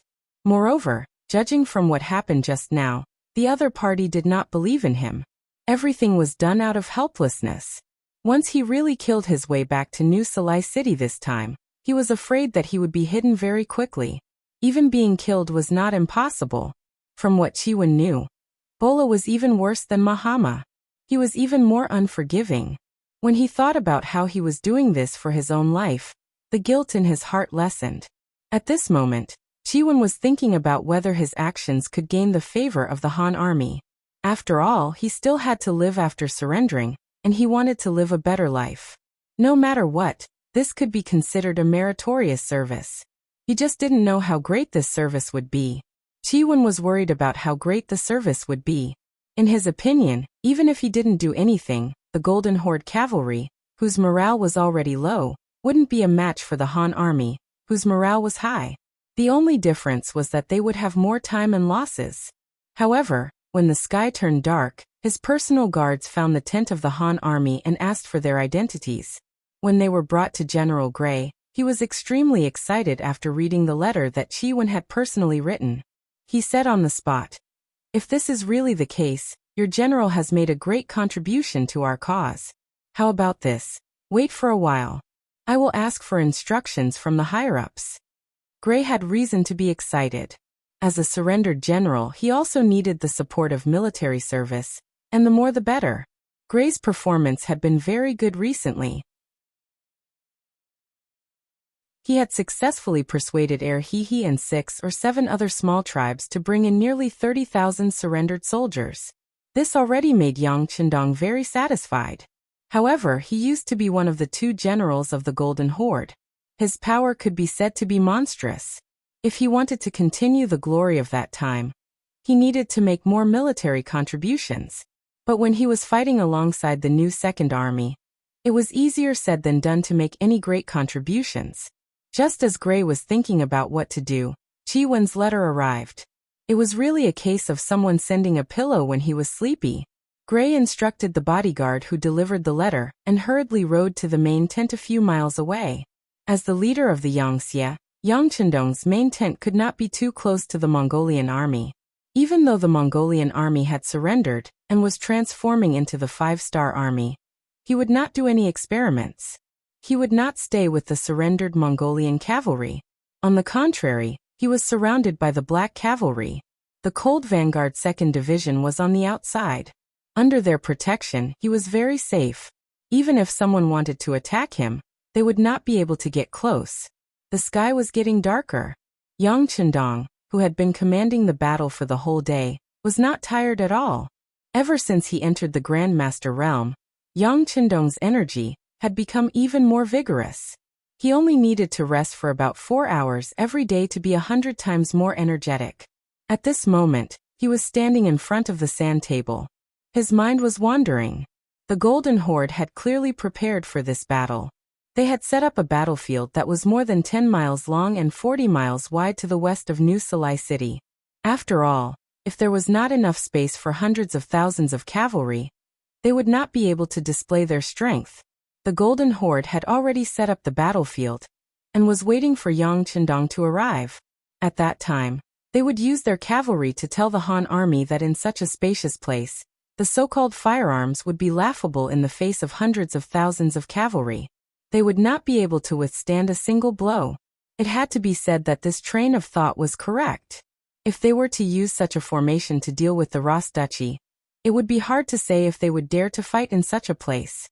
However, in Yang Chendong's eyes, things were completely different. With the great canopy in hand, the world was his. With the powerful firearms that were hundreds of years ahead of this era, the open land was a paradise for cavalry. How could it not be the world of firearms? Thus, the Golden Horde, who did not understand the 5-star army, paid a heavy price.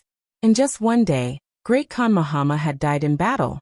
The 200,000 allied troops had all fled. A few small tribes under the Golden Horde's command had surrendered. They had lost more than 150,000 soldiers. The results of the day's battle were so glorious that it was beyond Yang Chendong's expectations. He originally thought that it would take at least a few days for a battle like this to end. However, it was the other party's ignorance that made the outcome of the battle clear. It was dark. Even though the battle at the front lines was progressing smoothly, Yang Chendong still gave the order to stop the attack. First of all, the soldiers were tired after a day of fighting. They would not be able to perform well if they did not have a good rest. Second of all, it was too dark, which made it easier for the enemy to escape. Since he had come this time, he wanted to solve this problem once and for all. Yang Chendong did not want this battle to drag on for another 3 to 5 years. His time was limited. In 3 days, they had captured more than 100,000 captives. These people needed to be settled down. Otherwise, if there was a battle at the front lines and problems at the rear, it would be a huge joke. Yang Chendong gave the order to stop the attack. This was equivalent to giving the Golden Horde a chance to breathe. However, it was only for one night. The attack would continue tomorrow morning. Given another day, most of the battle would be resolved. The success of the battle left Yang Chendong in a good mood. However, he still came to the sand table out of habit to do one last analysis. He was switching roles. If he were bowler, what would he do? No matter how he thought about it, he could only think of one possibility. He would charge back to New Salai and rely on the city walls to defend. However, Yang Chendong wasn't worried at all about this. Not to mention that he had already made preparations and arranged for people to guard the city gates. Even if they could really do it, so what? With the field artillery, wouldn't sieging the city be a piece of cake?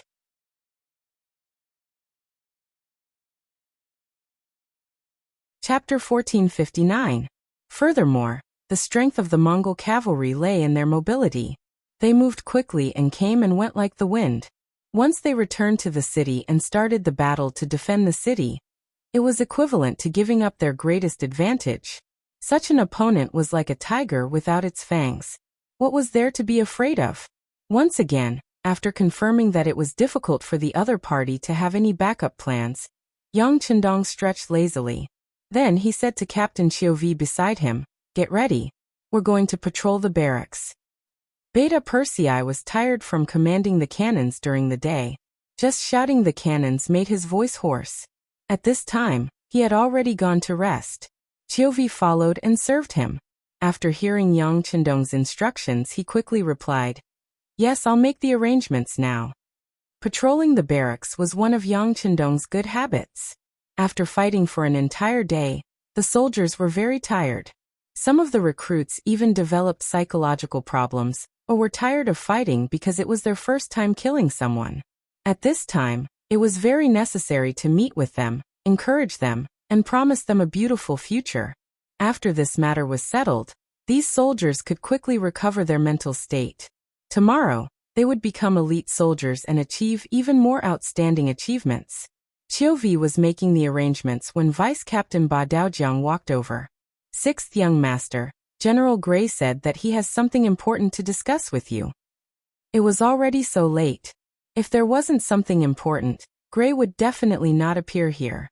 After hearing this, Yang Chendong's expression turned solemn. "Let him in." Gray lowered his head and entered the tent.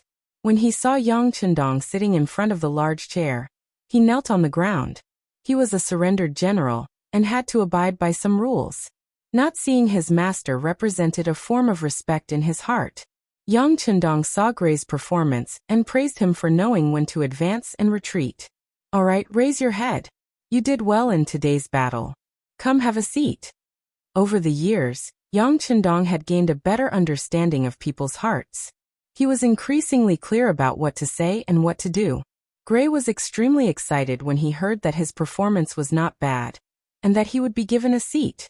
He immediately kowtowed to the ground and said, "Heavenly Khan, your subordinate has something important to report, so I won't be sitting down. This is a letter from General Chiwen of the Golden Horde. Please take a look." As he spoke, he raised his hands respectfully. There was a letter in his hands. Ba Daojiang hurriedly looked at Yang Chendong. After receiving his approval, he took 3 steps forward and picked up the letter. He first checked it, and after confirming that there were no problems, he extended both hands and handed it to Yang Chendong. Yang Chendong reached out and quickly scanned through the contents of the letter. Then he asked, "Who is this Chiwen?" Reporting to the Heavenly Khan, Chiwen is one of Genghis Khan's descendants. However, because his ancestors are not prominent, he is not very famous. However, Chiwen is indeed of the same race as Mahama and the others. Not only that, he is also a general who is good at fighting. If not for the suspicion and suppression, he would be listed among the generals of the Golden Horde. Gray, who was kneeling on the ground, used the shortest words to describe Chiwen's situation. He had heard a legend about the death of Mahama and Chiwen's wife. At that time, he was serving under Mahama's Golden Horde, and was the general leading the team. It was because of this relationship that he had heard some of the secrets. The circle of nobles is really messy. This was Yang Chendong's first reaction after hearing the story. However, he quickly returned to normal and asked, "If that's the case, Chiwen has a grudge with Mahama and his son?" "Yes, this matter started more than 10 years ago. It couldn't have been planned in advance," Gray explained. He wanted to use this opportunity to explain that no one would plan for a matter more than 10 years in advance. Furthermore, at that time, no one would have thought that the powerful Golden Horde would one day be destroyed by the Han army. Yang Chendong naturally understood this and nodded. "That's right. So you believe in Chiwen?" "Yes, your subordinate believes in him." At this time, Gray had no other choice. Since he came to deliver the letter, it proved that he believed in Chiwen first. Otherwise, why would he ask to see Chiwen now? Yes, since that's the case, I'll leave this matter to you. If you need anyone to cooperate with you, feel free to ask. How about this, Ba Daojiang? You will follow Gray's left and right generals. If you need any help, you can coordinate. Yang Chendong thought for a moment and gave his answer. In his opinion, it was naturally best if Chiwen could sincerely surrender. It would save a lot of effort and casualties. If Chiwen wanted to make any moves, it wouldn't matter. At most, they would launch an attack earlier. At the very least, arranging Ba Daojiang by Gray's side was naturally to guard against Chiwen. The way to use people was to use people with suspicion, and use people with suspicion. One definitely couldn't completely trust anyone, and shouldn't casually suspect others without evidence. If this matter is done well, General Gray will have made a great contribution. Even Chiwen will have made a great contribution. This Khan can consider letting you lead an army alone in the future. If you want a horse to run, you want it to eat grass. Yang Chendong was never stingy when it came to delegating power. However, the prerequisite was that Gray had won his trust and had made enough contributions. Upon hearing that he still had the opportunity to lead an army, the kneeling Gray's face instantly turned red. Immediately, he started to kowtow to the ground. Thank you for your trust, Heavenly Khan. Please watch my actions. Gray's face turned red. As a surrendered general, it would be a good ending if he didn't get punished. Even better, it would be extremely fortunate if he could become a rich man and live until he died. As for being trusted by a new lord and being given military power, it wasn't that this had never happened before. It was just that it was extremely rare. Gray was still in his prime and wasn't even 40 years old. If he retired now, it would be somewhat regretful. This was especially so after seeing the power of the five-star army's firearms. He wanted to make use of this opportunity to make more contributions. This way, he would be able to obtain more when he retired. It could be said that a second spring had already sprouted in his heart. If he could lead an army alone, it would be better for him to complete his dreams and plans. Yang Chendong's words had also scratched Gray's itch. This could be seen from how his forehead quickly turned red as he knelt down and kowtowed to the ground devoutly. All right, you don't have to kneel here. This Khan wants to see the results. Go and make the arrangements. Yang Chendong waved his hand. He didn't admire someone like Gray from the bottom of his heart. After all, he was a traitor. However, the Golden Horde was extremely powerful. Even if he defeated them, it would be extremely difficult to be used by them. However, with someone like Gray, things would be different. They were originally the generals of the Mongolian cavalry. If they could fully cooperate with him, he would be able to achieve twice the results with half the effort. This was the reason why Yang Chendong promised Gray that he could lead an army. Of course, there was a prerequisite for all of this. Even if Gray was to lead an army, he had to be under his nose. Only then would he be able to take action in the shortest time and minimize the losses if things went wrong. Of course, the possibility of this happening was very low. After all, he had already betrayed his master once. If Gray did this again, no one would dare to believe him. Gray quickly stood up and bowed towards Yang Chendong's seat. Then he walked out of the tent accompanied by Ba Daojiang. Gray was still very satisfied with this late-night visit. After getting Yang Chendong's promise, he was full of energy. As for having Ba Daojiang by his side, he wasn't worried at all. Instead, he was happy. He originally didn't have any intention of betraying Yang Chendong. Now that there was someone following him, he could see all of his efforts and report back to Yang Chendong. Wouldn't that be a good thing? Gray quickly rode back to the main camp. When he saw the personal guard sent by Chiwen, Gray made a promise. He said that as long as Chiwen performed well, not only would the safety of himself and his family in New Sarai City not be a problem, he would also be rewarded greatly. After the personal guard received the promise, he left the camp and returned to Chiwen's place. He reported everything that he had seen and heard. Good, you did well. Go and receive your reward.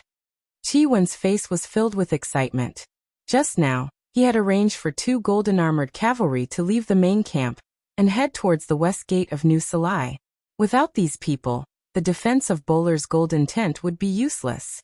He could do whatever he wanted. Men, gather 500 Qi soldiers and follow me. Qi knew that this was a serious matter. Naturally, he would not easily trust others. Therefore, he decided not to use other soldiers. He only arranged the 10,000 cavalrymen that should be under his command to the periphery to prevent others from spying on the golden tent. The ones who went with him to capture Bola were all his family generals. Some of them had followed him for more than 10 years, so there was no problem with their reliability. In the golden tent, although it was getting late, Bowler didn't fall asleep. He just lay on the bed with his eyes closed. All in all, too many things had happened in one day. First, his father was killed, and then he succeeded the throne. Then Shamask and Mao Lahong escaped, and the defeat of the soldiers in front of him, and now he was trapped. If he could go back in time to a day ago, Bowler would never have dared to imagine that such things would happen. Now it had happened. It was true that life was full of ups and downs. He was now the Khan. As long as he could safely return to New Salai, once the reinforcements from the Ras Duchy arrived, it was possible to force the Han army to retreat. When that time came, he would work hard to recuperate. Once he was strong enough, he would first deal with the Churkas and Alans. Then he would destroy the Ras Duchy. Finally, he would point his troops at the Han territory. He wanted to let these people know how terrible the consequences of angering him were.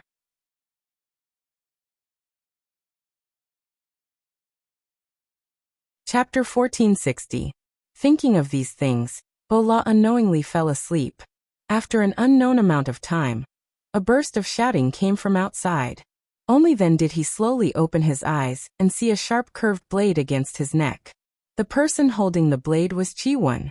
At this moment, he was looking at Bola with a smile, his eyes full of playfulness and mockery. "Clan uncle." Seeing Chi sitting on his bed, Bola couldn't help but be startled. He was the great Khan. Without his permission, how could anyone get close to him? As soon as he felt the cold sensation on his neck, he immediately woke up.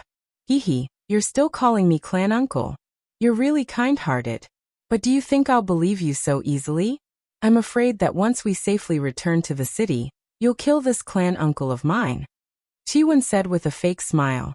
At the same time, his right hand exerted a bit of force, and the tip of the blade pierced his skin, causing blood to seep out. Feeling the coldness and killing intent that could go berserk at any time, Bola, who originally wanted to resist, immediately became well-behaved. He knew this clan uncle of his. Although he wasn't a match for 10,000 people, in terms of skills, he was far from being able to defeat him. Now that the blade was against his neck, if he made a mistake he could injure himself. Having just become the great Khan, Bola, who viewed his life as extremely important, wouldn't easily take such a risk. At this moment, he slowly raised his hands and made an expression that said he wouldn't resist or play any tricks. "Clan uncle, why are you doing this? Your nephew really believes in you. Otherwise, I wouldn't have handed over the military power to you. Yes, you want to use me. Use my commanding ability and bravery to kill a path of blood, and ensure that you enter the city, isn't that right?" Speaking of using people, you and your father are the same. You and your father also don't easily trust others. Otherwise, you wouldn't be unaware of the hatred between me and your father, and wouldn't trust me so much. Isn't that right? When he thought about how his beloved wife had been played to death by Maha, the expression on Chi-Wen's face became slightly ferocious. Indeed, Mahama hadn't told Bola about his grudge with Chi-Wen. Perhaps Bola also felt that he had done something wrong and had lost face. In addition, his body was fine, so he only needed to know about this matter. If he really couldn't do it, he would just kill Chi-Wen. But who would have thought that the accident would come so suddenly? This time, he had left first, leaving behind his son who didn't know the truth. He had even put Chi-Wen in an important position, so it was reasonable that he would end up like this. Even after Chi-Wen said all this, Bola was still confused. He still couldn't understand why this uncle of his would betray him so easily. Could it be that he had given himself away in some way that made him feel that he couldn't be trusted? However, it was useless to think about this now. Since things had reached this point, the first thing he wanted to do was to survive. Then he would see if he could convince Chi-Wen, and take the opportunity to escape. As long as he could leave, he swore that he would send a large number of troops to deal with Chi-Wen and let him know the consequences of betraying him. Even though he had an idea in his mind, Bo-La still looked very obedient on the surface. "Uncle, is there some misunderstanding? Tell me, and I will explain it to you." "No need." Chi-Wen interrupted him. "What you need to do now is to be obedient and immediately hand over all your Tiger Troop talismans. Then, you can still keep your life. Otherwise, I won't kill you. I will only cut off your legs and make you a complete cripple." Haha, the Rossi Kingdom's blind Grand Duke, and the Golden Tribe's blind Great Khan. I think it will be a good story. Chi-Wen was still laughing, but there wasn't a trace of joy on Bo-La's face. On the contrary, he was afraid from the bottom of his heart. As a horse race, without legs meant that he would never be able to gallop on a war horse. What was the difference between that and a cripple? If that was the case, it would be better for him to die. As for handing over all his Tiger Troop talismans, that was also impossible. Once he did that, it would be the same as handing over all his military power. What was the difference between that and death? Unsurprisingly, Bo-La shook his head. "The Tiger Troop talisman is the symbol of the Great Khan's reign. I will never hand it over." "Oh, is that so? If that's the case, then let's search." Chi-Wen seemed to have expected this result. His voice rose a little. Soon, 6 bodyguards walked in and began searching the golden tent. The Tiger Troop talisman was an extremely important item. How could it be found so easily? No matter how hard they searched, they couldn't find a trace of it. Chi-Wen's expression was somewhat ugly. He looked at Bo-La, who looked like he couldn't hit him. He could only hatefully say, "If that's the case, then cut off his legs." The turn of events was so fast that Bo-La was caught off guard. Seeing the 2 bodyguards walk over with knives, Bo-La's expression was no longer calm. He cried out in alarm, No, I'll give you the Tiger Troop talisman." Compared to losing his legs immediately, Bo-La had to do his best. So he chose to back down. Chi-Wen finally turned around and said, "Very good. As long as you cooperate, you will be fine. Now tell me where the Tiger Troop talisman is." "In the Great Khan's residence in the city," Bo-La said with a pale face. "The Great Khan's residence? Are you messing with me?" Chi-Wen's face was filled with disbelief when he heard this answer. How could I lie at a time like this? Father died too suddenly. Many of the Tiger Troop talismans haven't been handed over to me yet. Bo-La's face was ashen as he spoke. He was telling the truth. After all, this wasn't a normal handover. Everything was filled with too many accidents. Chi-Wen carefully looked at Bo-La and chose to believe him. Since that was the case, he didn't stay any longer. Instead, he looked at the 6 bodyguards in the tent and said, "Watch him. If he dares to shout or move, kill him. There's no need to be lenient." With that, Chi-Wen walked out of the tent. His brows were tightly furrowed. He knew that things weren't going as smoothly as he had planned. Without the Tiger Troop talisman, he could only visit them one by one. He only hoped that he would be able to make it in time for daybreak. Chi-Wen began to wander around the various camps, choosing a few familiar people of high status to talk to. Since he didn't have the Tiger Troop talisman, he could only talk to them one by one. Holding the jade pendant he had taken from Bo-La, he began to frequently enter the various camps. Chi-Wen didn't choose to rest for the entire night. Instead, he went to 7 main tents and met with 8 generals. What made him happy was that when he told them the purpose of his visit, and showed them the jade pendant that Bo-La always carried with him, everything went smoothly, other than one of the generals who said that he would not give up resistance without the Great Khan's tiger seal. The other 6 generals all said that they would wait until tomorrow morning to make a decision. If the Great Khan really made the decision to surrender to the Han army, they would not oppose it and would even support it. After all, the Han army had given them too much pressure in the battle during the day, so much so that they felt powerless. It was better to just surrender. At least they could keep their lives. This was also because the Mongol army was afraid of the 5-star army. The cannons that seemed to be everywhere, the explosions that could land by their ears at any moment, and the endless fireballs that rushed forward made the Mongol cavalry unable to see any hope of victory. However, due to the strict hierarchy, Without the Great Khan giving the order to retreat, no one dared to leave. Sometimes, even if they knew that they would die, they could only go forward. Now, with Qi Wen's explanation, everyone had a way out. Although they had the Great Khan's tiger talisman in their hands, the reason they gave was very normal. Mahama Great Khan had suddenly died, and the tiger talisman was still in the city, so they did not have time to take it out. Furthermore, Qi Wen had said that he was following the orders of the new Great Khan, Bola speaking of which, he was the uncle of the new Great Khan. Could his words not be trusted? Of course, the main reason why everyone believed him was because they were willing to believe him. As long as they were willing, there would be no doubts. Even if there were doubts, they would be ignored. This made Qi Wen's action of surrendering extremely easy. It was so smooth that it exceeded his expectations. When the sun had just risen, his army of 150,000 had basically chosen to give up on resisting. When the sun rose, Qi Wen finally met with General Gray. After Qi Wen explained the situation, Gray was extremely happy. Good General Qi Wen. You have done a great service this time. I will definitely recommend you to the Great Khan.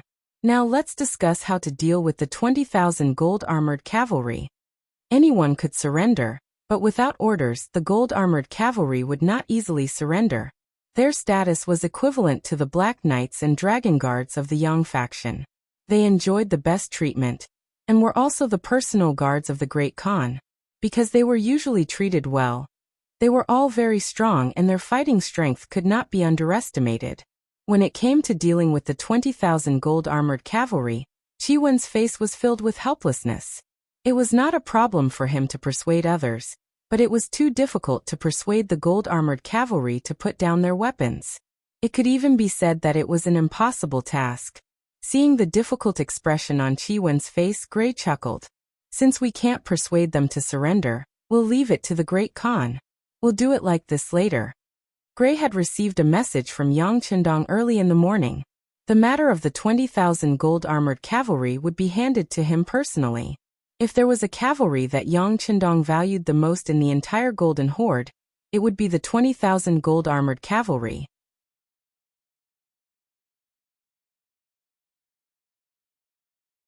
Chapter 1461. The strong were always respected. Yang Qindong was no exception. He was also curious about the famed golden armored cavalry. If they were really as powerful as the legends said, he would try to convince them to submit to him. With such a strong army, it would be a good thing for his strength. While everyone was scheming against the golden armored cavalry, the 20,000 golden armored cavalry were still foolishly waiting in front of New Sarai. According to their previous agreement, they had to find a way to open the city gates at night, opening a door for the Khan to retreat. And this matter was handed over to General Qi Wen. However, the night passed just like that, and he did not see anyone come to give him orders. This made General Wuxia very puzzled. When the sky brightened and he finally saw his surroundings, he could not help but turn pale with fright. Around the golden armored cavalry, there were soldiers holding Han army banners. They were surrounded. Wuxia face instantly became gloomy and terrifying. At this time he finally understood that he had been betrayed by Qi Wen. When he thought about how Khan Bola would be without his protection, he could not help but feel anxious. Everyone gather and prepare to charge. Wuxia was worthy of being a golden armored general. He quickly made the decision to charge out and meet up with the Khan. For this, even if they had to pay a heavy price, they had to do it. This was the mission of the golden armored cavalry. After the order was given, the 20,000 golden armored cavalry quickly gathered in formation, ready to charge at any time. At this time, the 5-star army that surrounded them also changed. The soldiers of the 2nd Division of the Cold Vanguard rushed over, and so did the Black Cavalry. Even Yang Qindong personally rushed over. When he saw that the golden armored cavalry that was surrounded in the middle had already begun to form up, and there was no sign of panic on their faces, he could not help but exclaim, "They're really elites." True elites would naturally be able to remain calm in the face of danger, and not panic in the face of danger. Many times, even when they were left with only 10% of their men, they could still charge and inflict heavy damage to their opponents. This was true elites. For example, the Black Cavalry could do this. In comparison, the 20,000 golden armored cavalrymen in front of him were not bad either. Yang Chendong had to admit that he only had 2,000 black cavalry with him, while the Golden Horde had 20,000 elite soldiers. This was the strength of the foundation. It was not something that could be achieved through hard work. Young master, let me test their capabilities.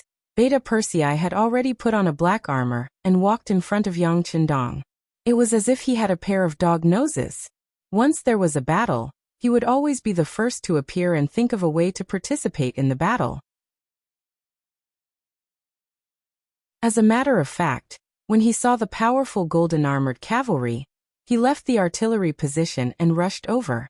Yang Chendong was just about to test the strength of these golden armored cavalry when Beta Persei rushed over. Thinking about how this person had followed him for so many years, there was nothing to say about his bravery.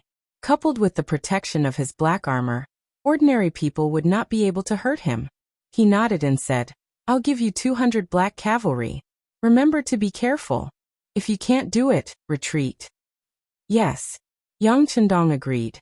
Beta Persei was naturally very excited. He immediately nodded in agreement. Soon after, he gathered 200 black cavalry dragon guards and leaped forward, heading towards the golden armored cavalry that was surrounded. Beta Persei's voice was not much worse than a loudspeaker. When he was 300 meters away from the golden armored cavalry, he began to shout loudly. The general idea was that he had long heard of the golden armored cavalry's prowess, but he believed that the rumors were false. This time he brought 200 black cavalry to experience it. This was the so-called challenge. If it was under normal circumstances, the golden armored cavalry would naturally ignore it. But now, they were already surrounded and had no other choice. Seeing that the enemy had sent out 200 cavalrymen, Wuxia hesitated for a moment, then also ordered 200 cavalrymen to go forward. Wuxia naturally had his own plans. He had already thought it through. Once the 200 cavalrymen gained the upper hand and defeated the Han army, he would take advantage of the momentum to charge forward. As for whether the golden armored cavalry could win, Wuxia was not worried. At the very least, ever since he became a golden armored general, he had never met any cavalrymen who were a match for him in a one-on-one situation. The other party accepted the challenge and Beta Persei laughed heartily. "Good. Since you've agreed to my request, if you want to surrender when you're no match for me, I'll promise to spare your lives." Ha ha. Beta Persei's bold laughter rang in the ears of the golden armored cavalry and caused their eyes to spit fire. Since he dared to look down on the golden armored cavalry, they would use facts to speak for themselves and teach this arrogant Han general a lesson. The black cavalry also looked at the 200 golden armored cavalry with angry gazes. The black cavalry had always been synonymous with the strongest cavalry. Even the current #1 cavalry army in the world had to admit this point.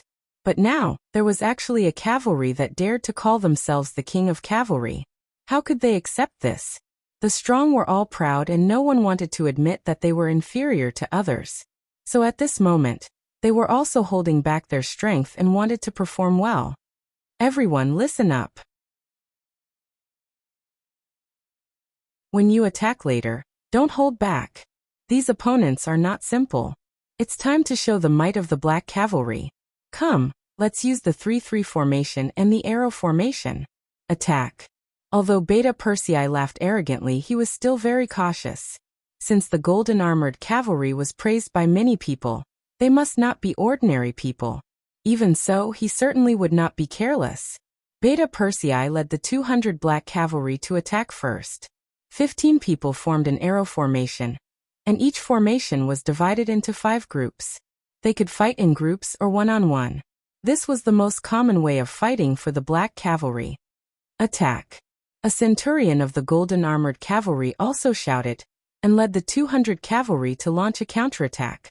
Unlike the black cavalry, they were in groups of 50 and came in a square formation. Cavalry was different from infantry. Infantry could use their feet to control their position at will. Naturally, it was a simple matter to arrange them into a square formation. But cavalry was different. They relied on their war horses. It was easier to form a square formation when moving, but to be able to maintain such a formation when charging at high speed was already not a simple matter. Not bad. Yang Chendong, who was standing in the distance, saw all of this and could not help but nod in satisfaction. Then he stared at the battlefield, not wanting to miss a single detail.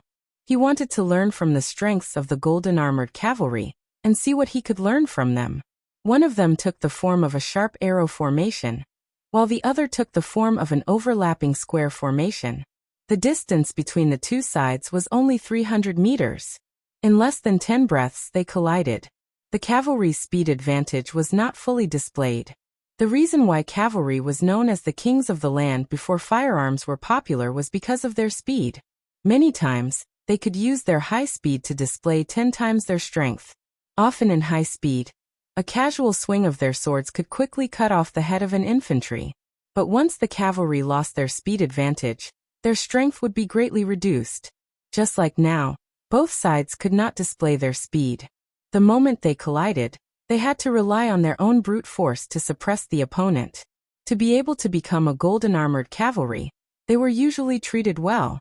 In other words, they ate well. Compared to the sallow and emaciated bodies of the ordinary cavalry, they were all sturdy and muscular. Naturally, their strength was not weak either. So when they could not increase their speed and had to compete in strength, their eyes revealed a mocking expression. It was as if they were saying that they would definitely win if they competed in strength. But as the saying goes, there is always someone better. To be able to become a member of the Black Cavalry, not only did their loyalty have to be very reliable, their own strength was also quite good. For example, before entering this group, there was a special test for strength. A trial stone that weighed 60 pounds. Only those who could lift it with one arm were considered qualified. Their strength was not small to begin with.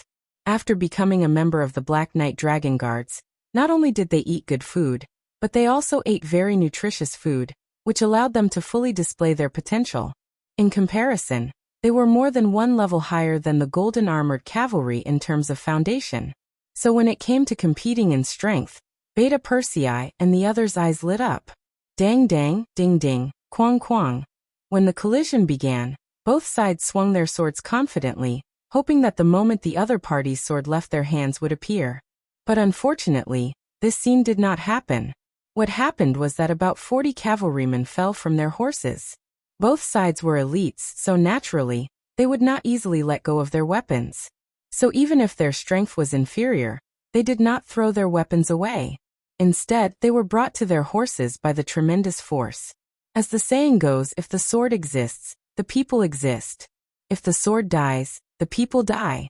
Of course, the more than 40 people who fell from their horses were all golden armored cavalry, without exception. From this point of view, in terms of strength, the Black Cavalry was already superior. Hiss! When the centurion of the golden armored cavalry saw that the people who fell from their horses were his own soldiers, he could not help but gasp. No one knew better than him how powerful his soldiers were.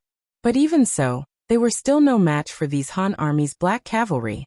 What kind of strength does the other party have? In the first round, the Black Cavalry won. After the two sides crossed each other, no one made a move.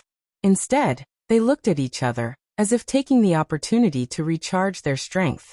Taking advantage of this opportunity, the golden armored cavalry who fell from their horses also quickly jumped back on their horses.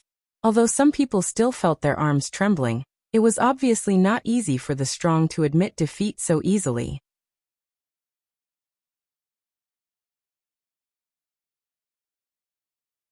Chapter 1462. The defeated golden armored cavalry mounted their horses again. Beta Persei did not stop them when he saw this. What he wanted to do was to completely trample the other party under his feet. He wanted to convince them wholeheartedly. Since he could knock the other party off their horses once, he could do it a second time and a third time. After about half a cup of tea's time, both sides launched a second charge at the same time. After the previous failure, the golden armored cavalry changed their attack method this time. Their cavalry phalanx also began to work. They actually charged at dozens of Black Cavalry with overlapping attacks. They gave up the opportunity to attack the other Black Cavalry. They only chose to fight behind some people with their swords, maintaining the power of the phalanx. Often, after the Black Cavalry fought with one person, Before they were ready, the second person would come up and fight to the death. In this way, it was equivalent to one black cavalry continuously challenging more than 3 golden armored cavalry. In this way, their strength would inevitably be somewhat lacking. After fighting for a while, there were 4 black cavalry soldiers who fell off their horses with their swords. Looking at the golden armored cavalry, although 3 of them fell off their horses, it was obviously a reversal of the situation compared to the first round. The 4 black cavalry soldiers who fell off their horses had each fought with at least 5 enemy riders. Otherwise, they would not be so weak. After seeing the 2 sides pass each other, the 3 golden armored cavalry who fell off their horses got back on their horses again. The 4 black cavalry soldiers also wanted to follow suit, but they were stopped by Beta Persei. You all retreat first, go back and rest well. Beta Persei gave the 4 of them a comforting look. This was not because their skills were inferior, but because the golden armored cavalry had violated the rules of the battlefield. These 4 people just happened to be unlucky. Even if it was someone else in their position, they would not be able to withstand it. The black cavalry's military rules were quite strict. Since Beta Persei said so, the 4 of them had to obey even if they were somewhat dissatisfied. Immediately, he cupped his fists and left the battlefield. Seeing the 4 of them rush back, Yang Chendong said to Captain Xiuvi, "Go and comfort them. This battle wasn't their fault." Yes. Xiuvi was touched and nodded.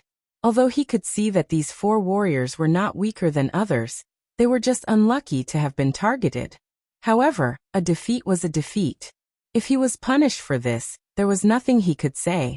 However, now that Yang Chendong had asked him to comfort them, it was obvious that he did not blame the 4 of them.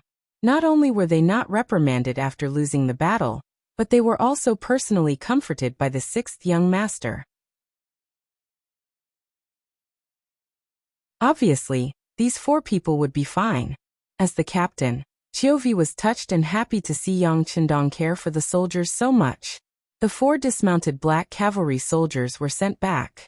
When the centurion of the golden armored cavalry saw this, his expression was a little unnatural. It was no wonder. After his soldiers fell off their horses, they could get back on their horses and fight again. However, the opponents took the initiative to retreat after falling off their horses. No matter how he looked at it, they were at a disadvantage. In fact, the centurion of the golden armored cavalry misunderstood. The reason why Beta Persei let the 4 of them rest was because they were all injured.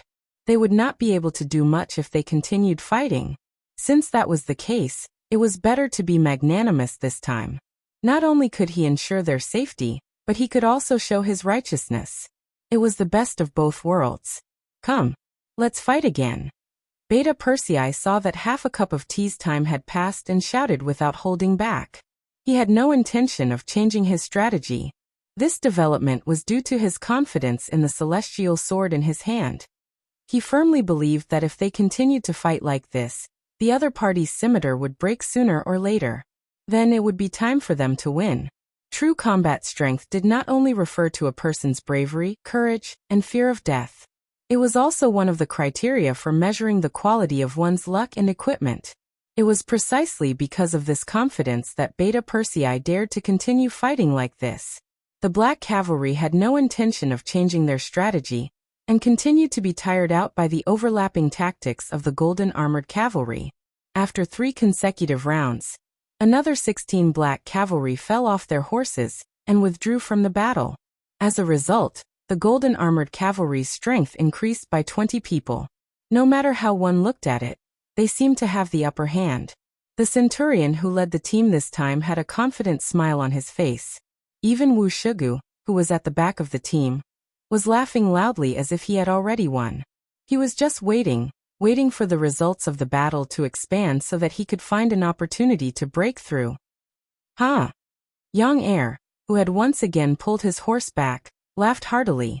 During the battle, he had carefully observed his opponent's scimitar. There were already cracks on it. As expected of a golden armored cavalry, the quality of the scimitar was very good. If it were an ordinary cavalry, it would have already been broken into 2 pieces. Fight one more time, an opportunity will appear. Everyone, get ready. Beta Persei whispered in a voice that only the people around him could hear. Then the soldiers passed the order to each other.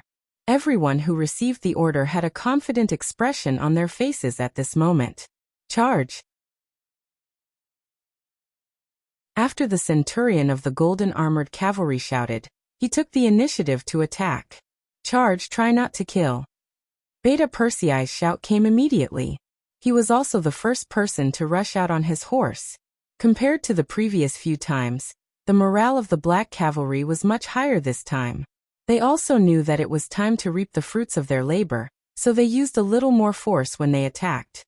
The golden armored cavalry did not know the power of the celestial sword. In fact, they did not have the opportunity to fight with the 5-star army in close combat. They still arranged themselves in a square formation like the previous 2 times, wanting to use overlapping sword techniques to knock down a few people from the 5-star army. Facts also proved that good luck would not always cover one side. When the 2 sides fought again, after the saber and scimitar collided, a scene that the golden armored cavalry could not imagine happened. During the collision, the body of the scimitar broke into 2 halves. Half of the sword that was originally more than 3 feet long was now cut off, leaving only the body of the sword that was still in the hands of the golden armored cavalry. The sudden scene caught the golden armored cavalrymen off guard. Under the overlapping technique, their scimitars were cut in half one after another. Without their scimitars, they screamed in agony as they faced the oncoming black cavalry dragon guards.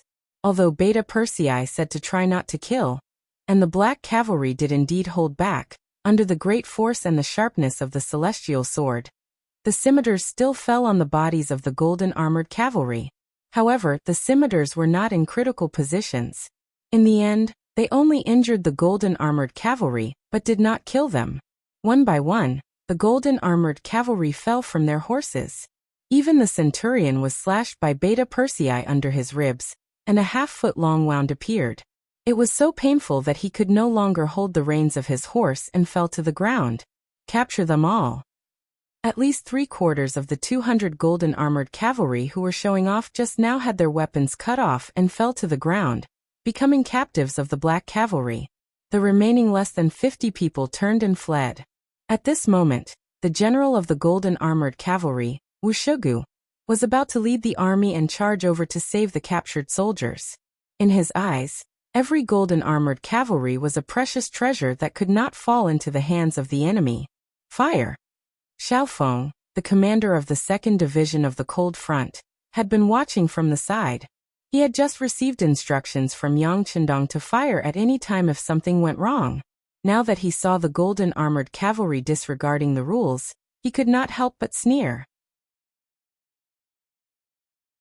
Then a company of Cold Front soldiers pulled the trigger and bullets fell at the feet of the golden armored cavalry, who were about to charge over, forcing them to stay still.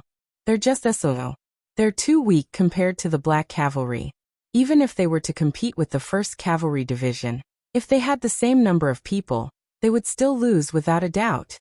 Beta Persei had already retreated to the center of the army, and came to Yang Qindong to express his thoughts. Okay. Yang Qindong was waiting for the result of this evaluation. Since the other party's strength was mediocre, they could not be allowed to live. Wuxia watched as more than 100 of his brothers were captured by the Han army. Naturally, his face was filled with anxiety. He looked at the divine weapons in the hands of the black cavalry with envy and resentment. At this moment, how could he not know that the reason why the enemy could win was because of the weapons? If the golden armored cavalry also had such weapons in their hands, would they still be afraid of anyone? Not only Wuxia, many of the golden armored cavalry also thought of the key point. They were all indignant and unwilling to admit defeat, thinking that this was the result of the Han army's tricks. However, he had forgotten that the black cavalry dragon guards had only revealed their powerful side. Both sides had yet to truly clash, and many of the cavalry's skills had yet to be revealed. If they were to truly clash, with the black cavalry dragon guards' armor, the golden armored cavalry would not be able to injure them at all. How could they possibly win? The sound of gunfire stopped the golden armored cavalry's charge. At this moment, Yang Qindong's eyes revealed a trace of impatience. The golden armored cavalry was not as strong as he had imagined. At least, they did not show much strength in the battle just now. Perhaps this was because the Golden Horde had not had an opponent for too long. Since the golden armored cavalry wasn't that powerful, there was no need to spend so much effort to recruit them. Yang Chendong's initial expectations for these golden armored cavalry, that were only slightly stronger than ordinary cavalry, had now turned into disappointment. They could not even detect the changes in their weapons. Just from this point alone, their observational skills and vigilance were too weak. They could not be called elites. Without a strong desire to conquer, Yang Chendong naturally would not be courteous to the golden armored cavalry. He nodded to the 2nd Division Commander Xiaofeng beside him. Then, the soldiers of the Cold Front began to move on a large scale, quickly forming a square formation and surrounding the golden armored cavalry. At this moment, a simple megaphone was placed in front of Yang Chendong.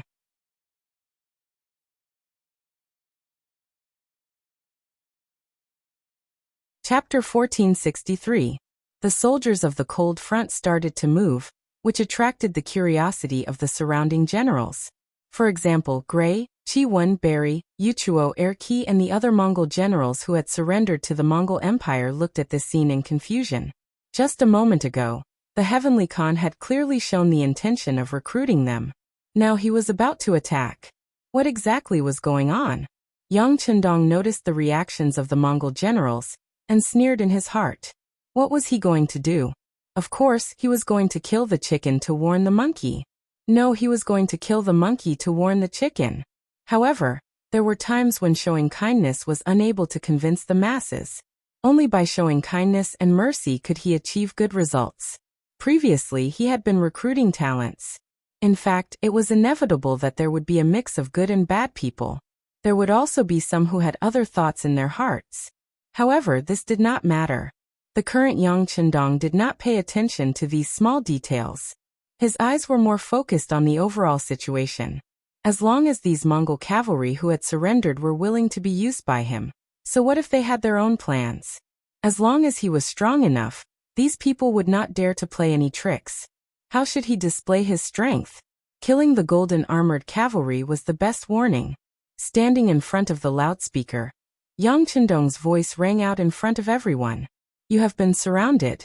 I will give you 10 breaths of time to choose whether to surrender or resist. If no one surrenders after 10 breaths, I will kill a row of people. His voice was firm and powerful. After Yang Chendong finished speaking, everyone's gazes landed on the surrounded golden armored cavalry. Gray Qi-Wen and the other generals were shocked by Yang Chendong's decision. At the very least, if it was them, they would definitely not have the courage to kill elites like the golden armored cavalry. After all, elite cavalry represented a kind of status. In front of the Mongol cavalry, who did not pay attention to economy and relied mostly on robbing, whoever had a strong army would have the strongest strength. It was equivalent to having everything. On the other hand, Yang Chendong should know this principle. He had even recruited the ordinary Mongol cavalry. How could he leave the golden armored cavalry alone? Thinking about it, he was probably just shouting to scare the other party. 10 breaths of time quickly passed. Everyone believed that the Han army would not easily start a massacre. Even Wuxia thought so. When the time was up, Yang Chendong lightly tapped his forehead. Division Commander Xiaofeng, who had been paying attention to him, immediately ordered, "Open fire!" As his voice fell, the sound of gunfire continued to ring out. After a series of popping sounds, the outermost cavalry of the golden armored cavalry 400 steps away fell down. The blood was dazzling to the eye and the smell was pungent to the nose. All of this indicated to everyone that all of this was really happening. The gunshots frightened all the Mongolian generals. They didn't expect the Khan to be so decisive. He didn't even hesitate to open fire. Yang Chendong snorted coldly in his heart when he saw everyone's expressions. He then said, "The 10 breaths countdown starts now. Do you still want to kill?" When the Mongolian generals heard this, their expressions changed. This time, no one thought that Yang Chendong was joking. Their expressions became serious. The Han army's actions had exceeded their expectations and changed their understanding. The Mongolian generals who thought that everything was in their hands began to panic. No matter what, when things didn't go according to your plan, anyone would feel a sense of trepidation. Furthermore, this involved their future, and even their lives. They thought that the Han army needed them. This way, they would have something to rely on and could even bargain. However, the shooting of the golden armored cavalry clearly told them that the Han army did not care much about the Mongolian cavalry, and did not need them. Otherwise, why would they kill them so easily? This was the golden armored cavalry, the most elite cavalry of the Golden Horde. They were the strongest fighting force in the Golden Horde. Normally, Mahama would feel heartache when he lost dozens of men. However, the volley of shots just now was enough to take the lives of over 300 golden armored cavalry. This result shocked the Mongolian generals who had surrendered. The Mongolian generals who had been waiting for the best price all retracted their arrogance, and began to think about what to do next to protect their lives and wealth. The 10 breaths are up. Kill. After Yang Chendong nodded lightly again, Commander Xiaofeng's voice rang out once again. It was as if the gates of hell had been opened. This time around, the gunshots were even more intense, and the number of golden armored cavalrymen killed had reached about 500. More and more people died. When the Mongol generals saw the death of the Han army, they were all shocked. This was exactly what Yang Chendong wanted. He did not choose to kill all 20,000 of them at once. It was not that he did not have the ability, but he needed to intimidate them. Now, it seemed that killing them in batches was better than killing them all at once. The effect of killing the monkey to warn the chicken could be achieved. In the golden armored cavalry formation, the expressions of the soldiers had all changed. Just think of how arrogant they usually were. Often, when there was a mission to complete, they didn't need to do anything. They just needed to stand there, and their opponents would be afraid. Then they would be free to do whatever they wanted. But this time, when facing the Han army, not only were they not afraid, but they also did not put him in their eyes. They had become prey for others to take away at will. General, what should we do? A few Kiliarchs came to Wuxia's side and asked anxiously. Wait a little longer. I don't believe that they will really ignore us. Can't they just kill us all? Wuxia said stubbornly. His eyesight was not bad, and he had already seen Gray, Chiwen, and the others. Looking at where they were standing, he knew that they had surrendered to the Han army. Since they could be accepted by the Han army, why couldn't they accept the 20,000 golden armored cavalry? He did not surrender not because he was still loyal to the Khan, but because he wanted to wait for the best price. The golden armored cavalry had been established for over 100 years. They had served over a dozen Khans, and they had changed batches after batches. Until now, their loyalty was not as good as before. Furthermore, Mahama had just died, and they had not interacted much with the new Khan, Bola. They had not received any favors from him, so there was no need to talk about loyalty. At this moment, they did not believe that they would all die for Bola. It was also because of this that Wuxia did not give the order to break out. It was not that he did not want freedom, but he was afraid of the might of the Han army's firearms. He did not break out just now, and he did not have the courage to do so now. What they needed to do now was to fight for better treatment. Originally, after fighting with the Han army, they should have been able to display their strength and attract the other party's attention. This would naturally be beneficial for the negotiations. However, who would have thought that they would lose so easily? Now they had lost, and the other party did not seem to see their use. They had started a massacre, and with just 2 gunshots, over 800 golden armored cavalry had died on their horses. If this continued, how long could these 20,000 people last? If they could not hold on, would they have to take the initiative to surrender? Surrendering was already a shameful thing. If they took the initiative to surrender, they would gain nothing. Even if they barely managed to survive, they would be looked down upon. They were the strongest elite cavalry of the Golden Horde. They were the golden armored cavalry. While Wuxia was still thinking about something, another 10 breaths of time was up. Another round of gunshots rang out, and around 400 corpses were left behind. Back, let me in. Finally, a golden armored cavalry could not take it anymore. The feeling of stepping on the line between life and death made their expressions change. They wanted to retreat to the center of the cavalry formation. At least they would not feel the sensation of death immediately. What are you squeezing for? Don't push. Fuck, if you squeeze again, I'll beat you up. How could the golden armored cavalry in the center of the formation give up their space? That was equivalent to putting themselves in danger. Of course, he would not agree to it since he did not want his friends to die. Now, before the cold spear warriors could fire, the golden armored cavalry's formation was in chaos. In order to get closer to the center, so that they wouldn't become the next target of the muskets, some people couldn't help but attack their comrades. Since they were all going to die, they might as well fight it out. Perhaps they could even squeeze into a better position and live a little longer. The formation was in chaos. Wuxia, who was in the center of the formation, was quickly affected. He saw the golden armored cavalry in front of him retreat. The golden armored cavalry in the back tried to stop them. There were signs of internal strife, and he could no longer sit still. Although surrendering was embarrassing, if his strength was greatly reduced, the Han army would find him a punching bag. If he could not live after surrendering, wouldn't he gain nothing? Wuxia made up his mind. He could not let things go on like this. Everyone, quiet down. Don't make any more noise. Wuxia finally stepped forward and roared. Only then did some of the golden armored cavalrymen who had drawn their swords calm down.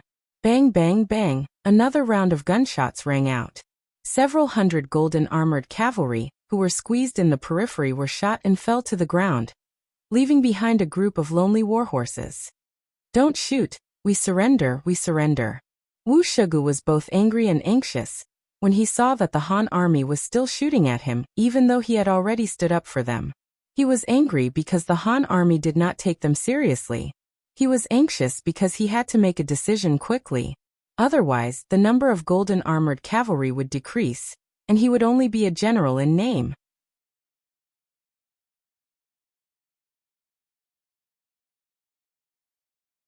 Chapter 1464. Worried that another wave of Han soldiers would come, Wuxia could not care about anything else. He urged his horse to charge forward until he reached the front of the cavalry. When he was only 100 steps away from the Han soldiers, he stopped his horse and said, "Stop shooting. I am the general of the golden armored cavalry, Wuxia. I am here to surrender."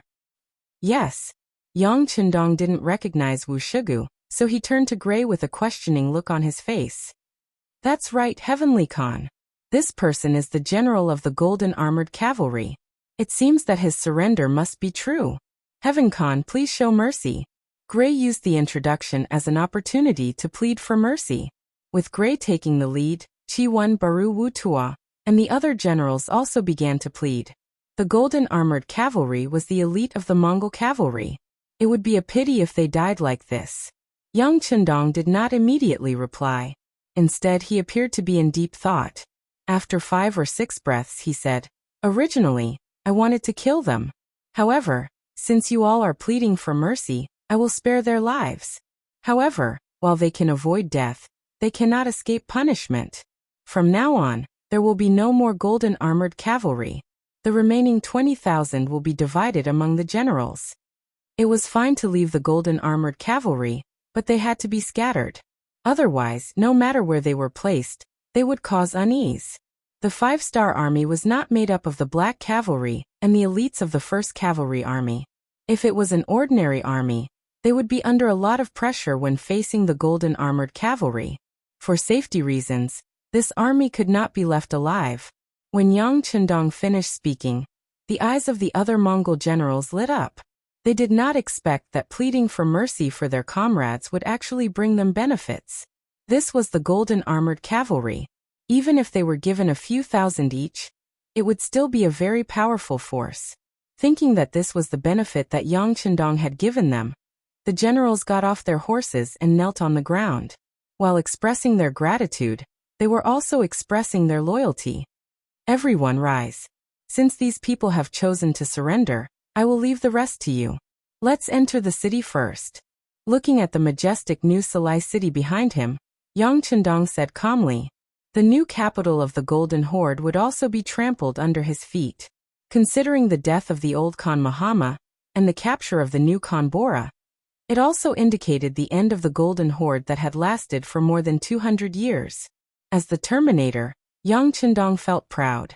Throughout history, it had always been the Mongols finding trouble with the Hans. If anyone could advance 1,000 li and drive them away, it would already be a great achievement. Yet today, he'd actually killed his way to their lair and uprooted them. What sort of great achievement was this? After the two great Khans were killed and captured by the Han army, the Golden Horde soldiers hiding within the city were already scared out of their wits. Under the threat of Gray, Qi Wen and the rest, when they saw the hundreds of cannons aimed at the city gates, the Mongol soldiers within the city finally chose to surrender. Compared to the time when Salai City was conquered, the nobles all ran away. This time, it was like catching turtles in a jar, and they were all captured. The Golden Horde had lasted for more than 200 years, and the nobles had also lasted for more than 200 years. The amount of wealth they had accumulated was so great that Yang Qindong was scared out of his wits when She returned the favor. Even though he had made some preparations, and had obtained more than 200 million taels of silver in Salai City, when he heard that he had obtained more than 300 million taels of silver from these nobles, he was still very surprised and happy. Sixth young master, these things are not all silver. Instead, most of them are jewels. They have already been sealed and stored away. Once the silver in Salai City has been transported away, the treasures here will be transported away. When She said this, his expression was also very excited. After all, for someone who was used to being poor, suddenly having a mountain of gold in front of them, one could imagine how excited he would be. Yang Qindong's thoughts also returned to his hometown because of this sentence. How much longer will it take for Salai City to settle the issue of seizing and transporting the goods? About 1.5 more months. Sixth young master, as you know, we have seized so much that we have mobilized all the carriages we can, but it will still take a lot of time. When he said this, She was also very emotional. He had never thought that one day, he would have a headache because of too much seizing and transporting. 1.5 more months. Then let's wait for the goods here to be transported away.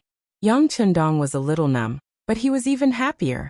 After all, no one would complain about having too much money, even if he was the lord of Yangxia. Especially when he thought about how much they had seized this time. Once they reached Qiqian City, and the news spread throughout the world, presumably those who had stopped him from sending troops would all shut their mouths.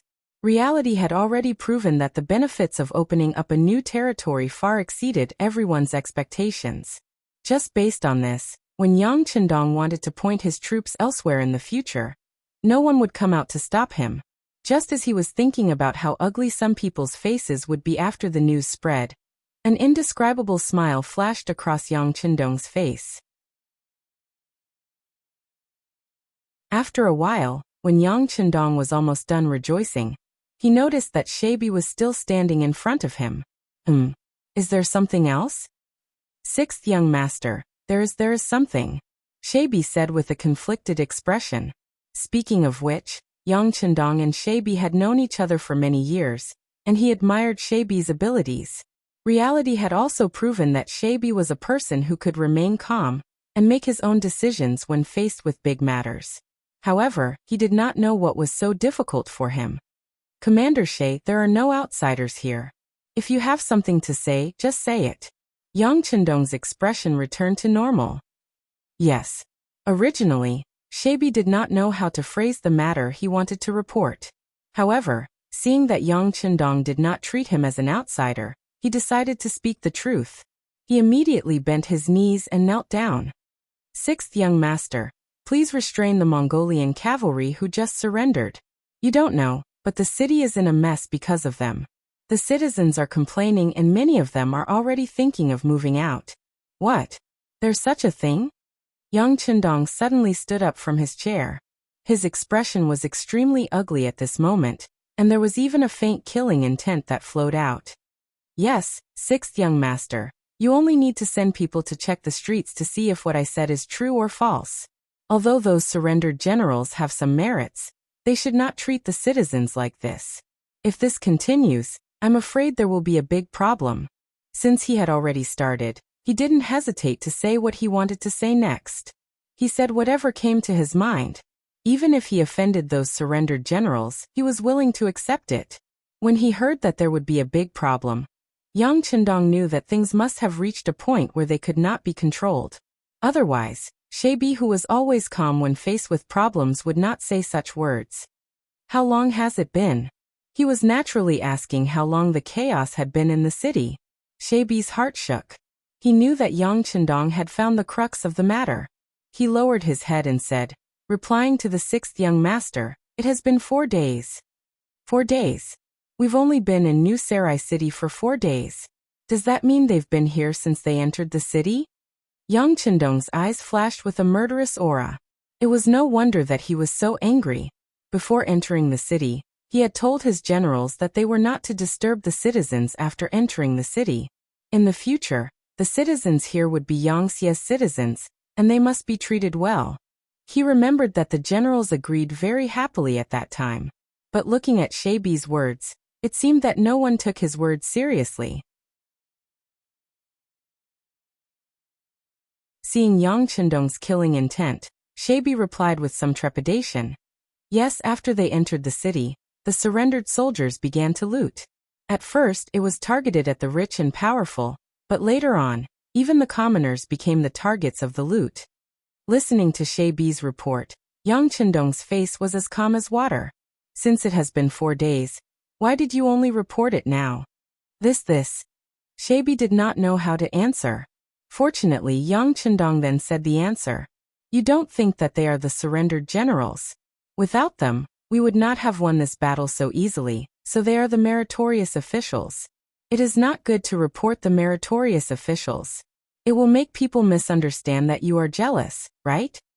Yes. It is just that this general is not jealous. It is just that they have all performed meritorious deeds. If we attack them now, I fear that there will be people who will think otherwise. If that happens, it will not be good for your reputation, sixth young master. Shebi explained. My reputation will not be good? Ha, what is reputation? Shebi, it seems that you still have a lot to learn. You don't know that reputation is just a way for some people to express their opinions. However, true reputation is that the commoners can eat well, wear warm clothes, and live in peace and contentment. Only then can you be considered a qualified monarch.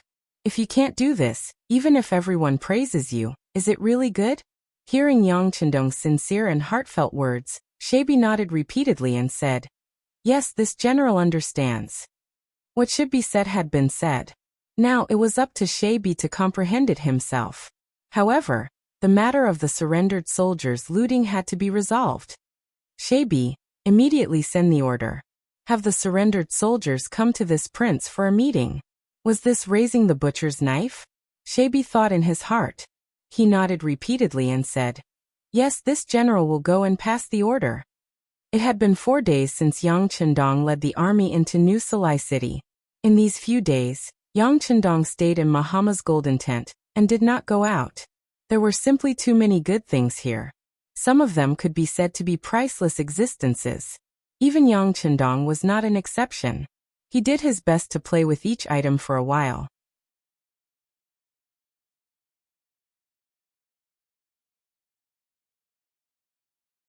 Chapter 1465. Because of this, they did not know what was happening outside. Moreover, because these surrendered generals did things methodically, the place where they looted was far away from the golden tent. Therefore, even the black cavalry did not notice. If it was not for Yubi's report, it would probably take a day or two or something big to report. As soon as Yubi left, Yang Chendong immediately asked Beta Persei to call the manager of the city's intelligence department to find out what had happened in the city in the past 4 days. Soon, Beta Persei returned and found out more details from him. His story was even more interesting than Yubi's. According to the data reported by the intelligence department, the number of civilians killed and injured because of the looting reached more than 200. As for the injured, there were countless more. Good, a dog can't change its habit of eating shit. Yang Chendong said angrily. At this moment, he really wanted to kill all the surrendered soldiers who looted. However, he also knew that this was not the action of a wise man. Doing this would only treat the symptoms and not the root cause. What he wanted was for all the surrendered generals to reflect on this matter from the bottom of their hearts, and not rely on government orders to restrain them. After more than 2 hours, the surrendered generals in the city rushed to the golden tent. Some of them were more than 10 miles away, and rushed over as soon as they heard the news. When they arrived, they had a confused look on their faces. Obviously, they did not understand why the heavenly Khan suddenly summoned them. As the leader of the generals, Gray's mind was also a mess.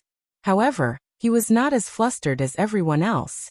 On the contrary, he sat quietly in the hall and drank tea like the Han people.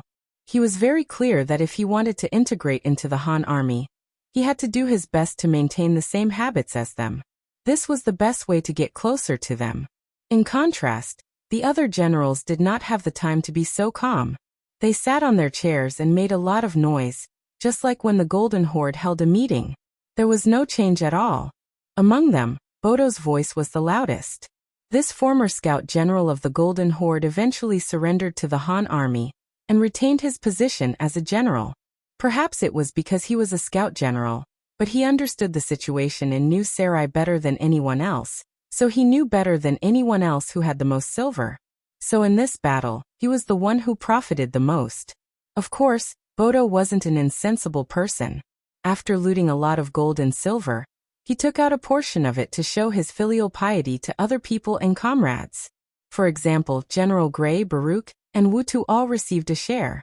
He even gave money to Shibi, Ahuli, Ushugu, and the others. Unfortunately, these people did not accept it and returned it.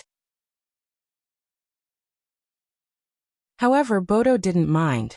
It was only because they were all Mongolians that he decided to share the good fortune with them. Especially Shirbei.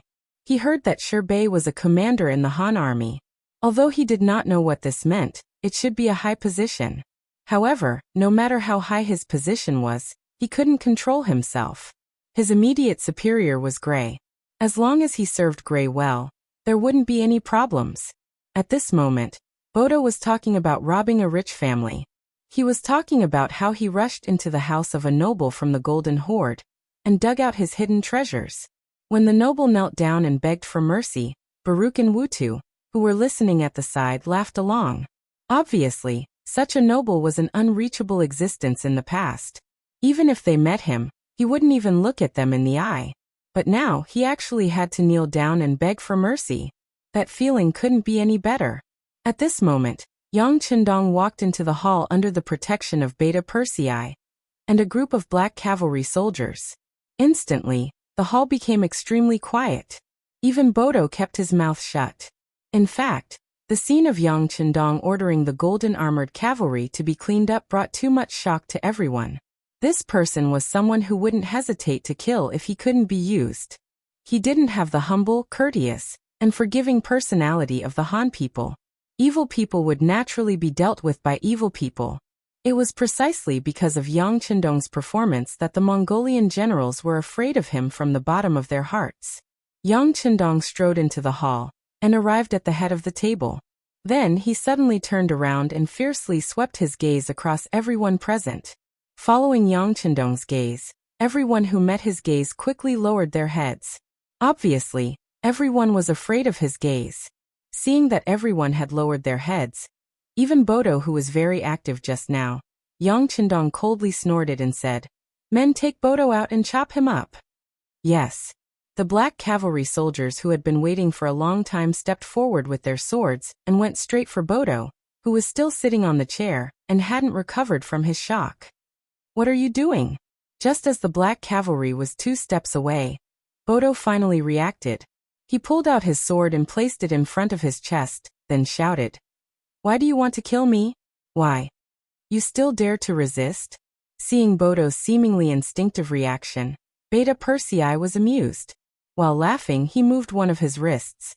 However, before he could step forward, Ba Daojiang had already rushed out and said, "How can we use second brother's great self to deal with a clown like this?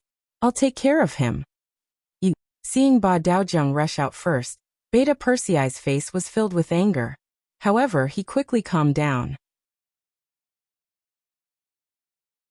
They were all brothers, so it didn't matter who did the teaching. Moreover, just as Ba Daojiang said, A small scout general wasn't worthy of him taking the initiative. Ba Daojiang rushed out. This former member of the Jiang who wasn't weak to begin with, and after years of experience, he was even more agile and powerful. He leaped forward and arrived in front of Bodo in 2 quick steps. Then, without waiting for Bodo to swing his sword, he kicked out, and a curved sword fell from the air. After kicking the curved sword out of Bodo's hand, Ba Daojiang followed up with a roundhouse kick to Bodo's chest. Under the powerful force, a cracking sound was heard, and Bodo's chest caved in. Your legs are getting stronger again. Yang Chendong looked at the scene with admiration and nodded his head in satisfaction. Bodo, whose chest caved in from the kick, fell to the ground with a plop. At that moment, blood was flowing out from the corner of his mouth, and he looked like he was about to die. Even so, his gaze was still fixed on Gray. Although his mouth was open, no sound came out. However, if one looked closely, they could see that he was saying the words "Save me." Tie him up, and take him out for beheading. Don't dirty this place. Ba Daojiang had already stabilized himself as he spoke in a casual tone. Then, he swept his cold gaze towards the other Mongolian generals in the hall. Revealing a harmless smile, he walked back to Beta Persei's side. Not bad. Seeing Ba Daojiang's return, Beta Persei gave him a thumbs up with a look of praise. Compared to the interaction between the two of them, the other Mongolian generals were all dumbfounded. They didn't understand why Ba Daojiang had come forward to kill someone. This was something they had never experienced before. Even when Mahama was the Khan, he hadn't been so tyrannical. It was said that accompanying a ruler was like accompanying a tiger. At this moment, everyone finally understood. And it was precisely for some unknown reason that everyone couldn't help but break out in a cold sweat. Furthermore, everyone was deep in thought. Had they done something that they shouldn't have done recently? Would the next person to be pulled out to be beheaded would be themselves?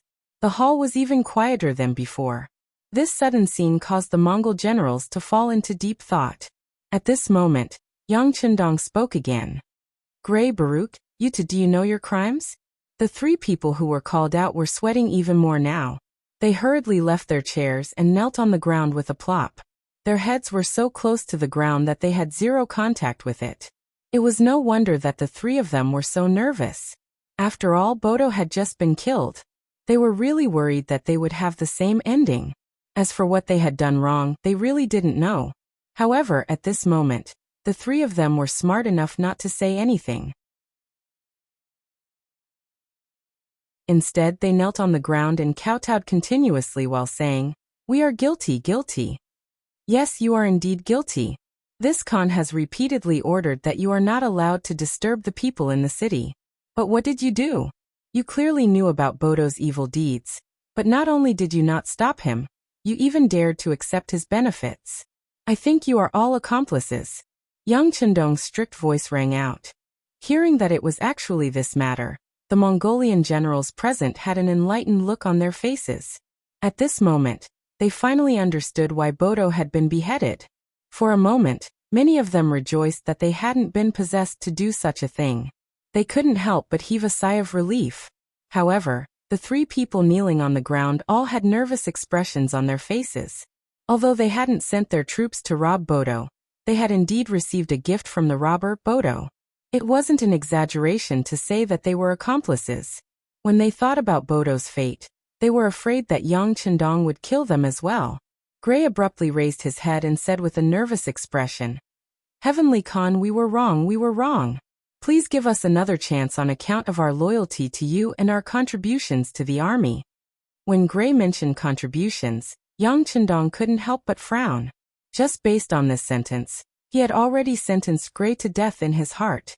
However, just as Gray had said, he had indeed contributed to the army. If Gray was really killed on the spot, it was inevitable that the other Mongolian generals would have other thoughts. This was especially so when the people present included He, a general who had defected to the 5-star army under his influence. Thus, Gray's punishment had to be extremely careful.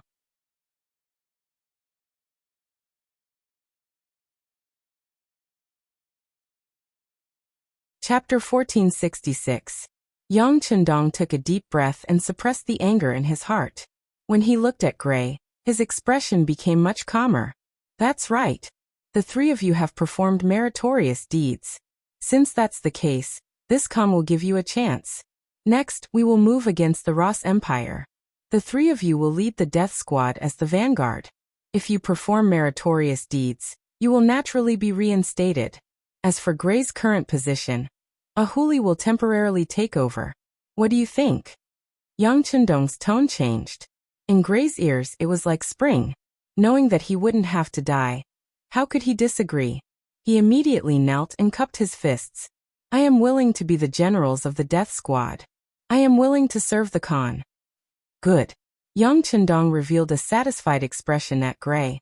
Then he looked at everyone and said in a clear voice, Everyone, you are no longer generals of the Golden Horde. Instead, you are generals of the 5-star army. Since that's the case, you will have to abide by the military rules here. This Khan will say this once more. As soldiers of the 5-star army, you are not allowed to bully the citizens or disrupt the military rules. If there is a next time, no matter who it is, no matter what contributions they have made, they will be severely punished. Ahuli will keep a close eye on this matter. If anyone disobeys, you can kill them first and report later. Ahuli was the former Khan of Zhongxing. Under his rule, the citizens of the city lived a good life. He could be said to be a different kind of person in the Mongolian army. He was an ambitious general who wholeheartedly wanted to change the lives of the citizens. He was the most suitable candidate to replace Gray as the leader of the Mongolian army, and to deal with the security issues in the city. Although he was only a temporary representative, what if Gray never came back? Ahuli didn't know what Yang Chendong was thinking, but he could feel that the other party valued him. He immediately knelt on the ground and said sincerely, Thank you, Great Khan, for thinking so highly of me. Ahuli will do my best to not let you down. From the beginning to the end of the meeting, only 15 minutes had passed. After killing Bodo, reprimanding Gray, and promoting Ahuli, Yang Chendong left. It was precisely because of this that the shorter the time they came into contact with Yang Chendong, the more mysterious he was, causing others to not dare look down upon Yang Chendong in the slightest. However, in this short 15 minutes, the pressure on the Mongol army was immense. After seeing how Yang Chendong dealt with Bodo, everyone knew that the Heavenly Khan was an iron-blooded person. He wouldn't let sand get in his eyes. Such a person wasn't easy to fool, and no one dared to fool him. As for giving a chance to Gray, Barlu, and Wu Tua, this proved that the Heavenly Khan was someone who cherished old friendships. Not only did he not incur the disgust of everyone by dealing with the three of them, he even stripped them of their military authority. On the contrary, everyone felt that following him was the right thing to do. At the very least, they wouldn't erase their previous military exploits because of a small matter. They should make more military exploits so that they would be safe. Just borrowing a person's head had produced such an effect. After hearing this, Sherbei couldn't help but sigh. The sixth young master was indeed the sixth young master. His methods and methods of solving problems weren't something he could compare to. After this incident, the public security in New Sarai immediately improved. Ordinary people were no longer bullied, and under Ahuli's leadership, the stolen property was returned untouched. Yang Chendong's reputation also resounded throughout this land. Using this opportunity, Yang Chendong called Ahuli over and gave him the order to deal with the Churkas and Alans. Remember, any forces that oppose us must be completely eradicated.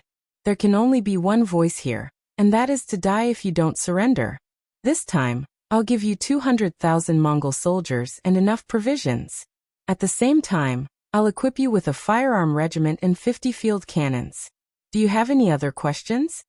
After calling Ahuli over, Yang Chendong instructed him. Being able to lead an army alone was somewhat beyond Ahuli's expectations. He was just a surrendered general. Although he had been a Khan before, he only led 30,000 soldiers. But now he could lead 200,000 soldiers with the support of guns and cannons. This was something he had never dreamed of. This general will do his best to complete this mission and live up to the Heavenly Khan's expectations. At this moment, Ahuli couldn't wait to dig out his heart and give it to Yang Chendong to repay his kindness. Feeling Ahuli's excitement, Yang Chendong got up and walked in front of him. He patted him on the shoulder and said, "Very good. This Khan is looking forward to your performance. By the way, I'll also give you the 20,000 golden armored cavalry. Make good use of them. This is a force that can't be ignored." Yang Chendong didn't think highly of the golden armored cavalry, especially after knowing that after many years of development, their strength was no longer as strong as before, so he didn't think highly of them. But if he left them to Ahuli to deal with the other Mongol tribes, they would still be a force to be reckoned with. Just the golden armored cavalry alone wouldn't be able to harm them with ordinary swords. Yes. Ahuli kept nodding his head and making a promise. After arranging Ahuli's affairs, Yang Chendong began to prepare for the invasion of Russia. As the leader of Yangxie and the founder of the Five-Star Army, it was destined that he couldn't stay in one place for too long. It had been 3 years since he entered the Far East. According to his plan, he had to deal with the situation here this year. Fortunately, the Golden Horde had been destroyed, so he had already completed half of his mission. The next step was to deal with the White Russians. Facing an enemy that relied more on outdated firearms, Yang Chendong was full of confidence. 7 days later, Ahuli, who had made sufficient preparations, led 200,000 Mongol surrendered soldiers out of New Salai and went straight to the Cherkass camp. Half a month later, a large number of horses flooded into the city. They were all responsible for transporting gold and silver. Following the arrival of this army, Yang Chendong also led the 200,000 Mongol soldiers, the new Second Army, and the remaining 3 firearm regiments and an artillery regiment of the 2nd Cold Front Division out of the city. They headed straight for the Rossi Duchy's territory. Rossi Duchy's capital, Moscow. It was currently shrouded in dark clouds. In the main hall of the duchy, the blind Grand Justice looked at the scout general with a gloomy expression as he reported the battle report. Since last winter, the Rossi Duchy had been preparing to send troops north. They wanted to chase out the Han army that occupied the northernmost city, Oksino. For this, they had made a lot of preparations, such as military supplies, provisions, firearms, cannons, and even war horses. They were just waiting for the coming year to show their might. But before they could send troops north, they had received news that the Han army was going to attack the Golden Horde. They had also heard that the Han army was coming aggressively, with more than 100,000 soldiers. When they first heard the news, the important officials and nobles of the Rossi Duchy did not take it seriously. Everyone only cared about what benefits they could gain from this battle. After a heated discussion in the court, the final conclusion was to stop sending troops north and focus on the east. They would wait for the Han army to be defeated by the Golden Horde. Then they would take the opportunity to strike and reap the benefits. When the time was right, they would send troops north. It would be easy for them to take back Oksino. However, the outcome of the battle was far beyond everyone's expectations. The Han army quickly breached Sarai, the capital of the Golden Horde, forcing Mahama Khan to retreat to the city of Shinsa to avoid the brunt of the attack. Not only that, the tough Mahama even sent an envoy to ask for help from the Rossi Duchy. The two sides had been fighting for many years, and it was more appropriate to call them old enemies. During this time, they had won and lost some, but no one had expected that the two would one day join forces, and that the Golden Horde would take the initiative to ask for help.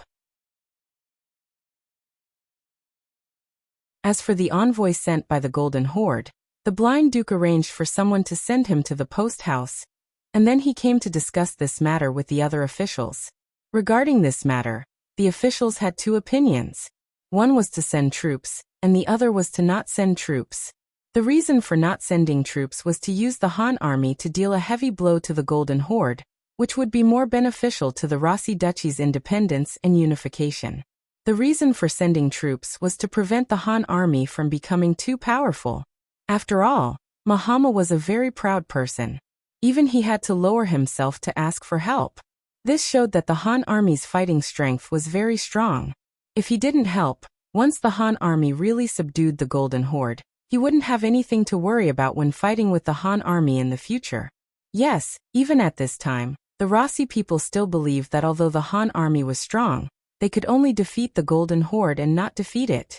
The Golden Horde could summon hundreds of thousands of cavalry at any time with a decree, and the Rossi people had already experienced the strength of the Golden Horde. No one could defeat the Golden Horde, at least not in the short term. This had become the consensus of the Rossi people.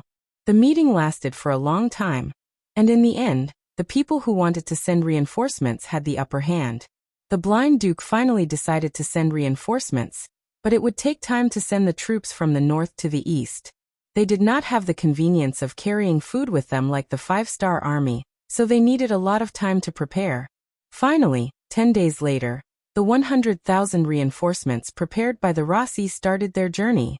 This was thanks to the previous preparations, otherwise, they would not have been able to set off so quickly. But at this time, new news came. The Han army was already outside New Sarai, engaged in a major battle with the Golden Horde, and finally won. They killed Muhammad Khan with cannon fire and captured Bora Khan. Hundreds of thousands of Mongolian cavalry were defeated, and the Golden Horde was about to become history. The Rossi people's enemy also changed from the Golden Horde to the Han army. When the news came, the entire Rossi people were shocked. Many people did not believe the truth of this matter. Although more than one group of scouts reported the same news, there were still many people who did not believe it. How could the powerful Golden Horde be destroyed so easily? Even if it was destroyed, it should be done by the powerful Rossi people.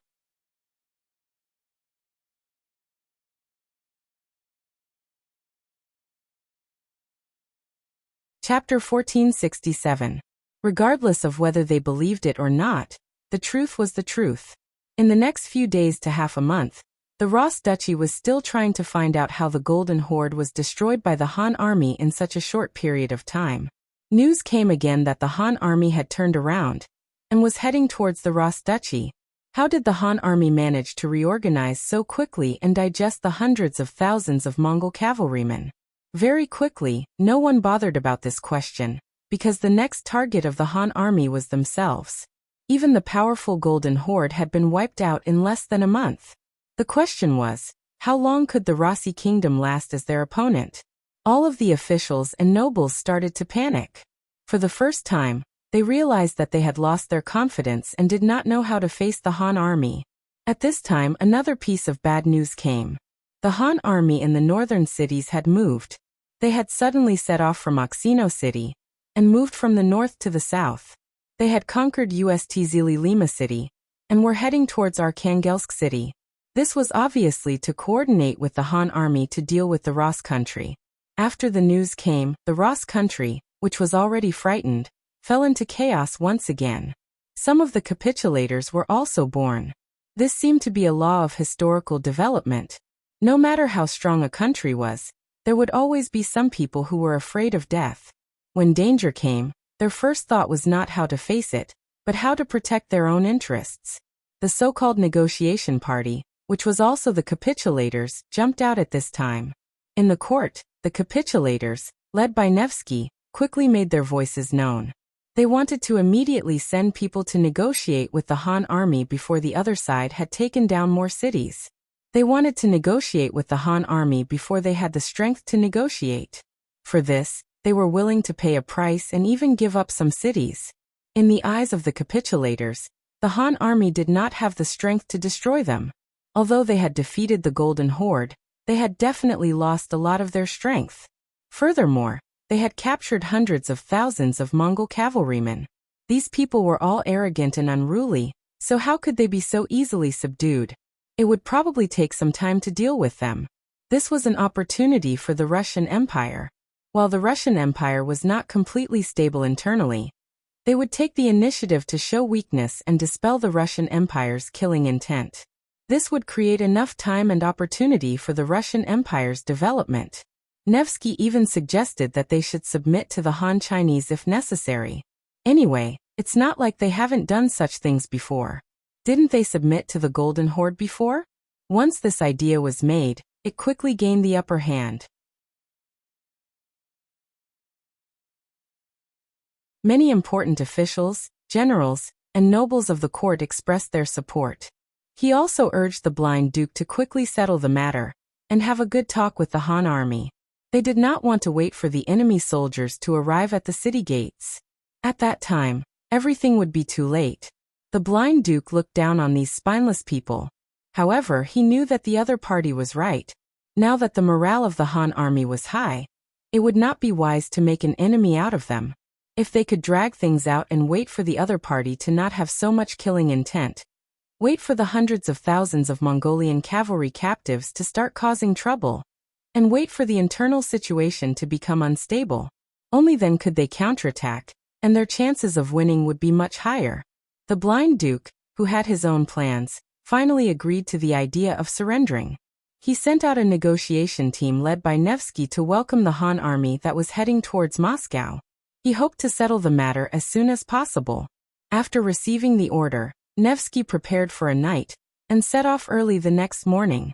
It could be seen that he had done a lot of work in private.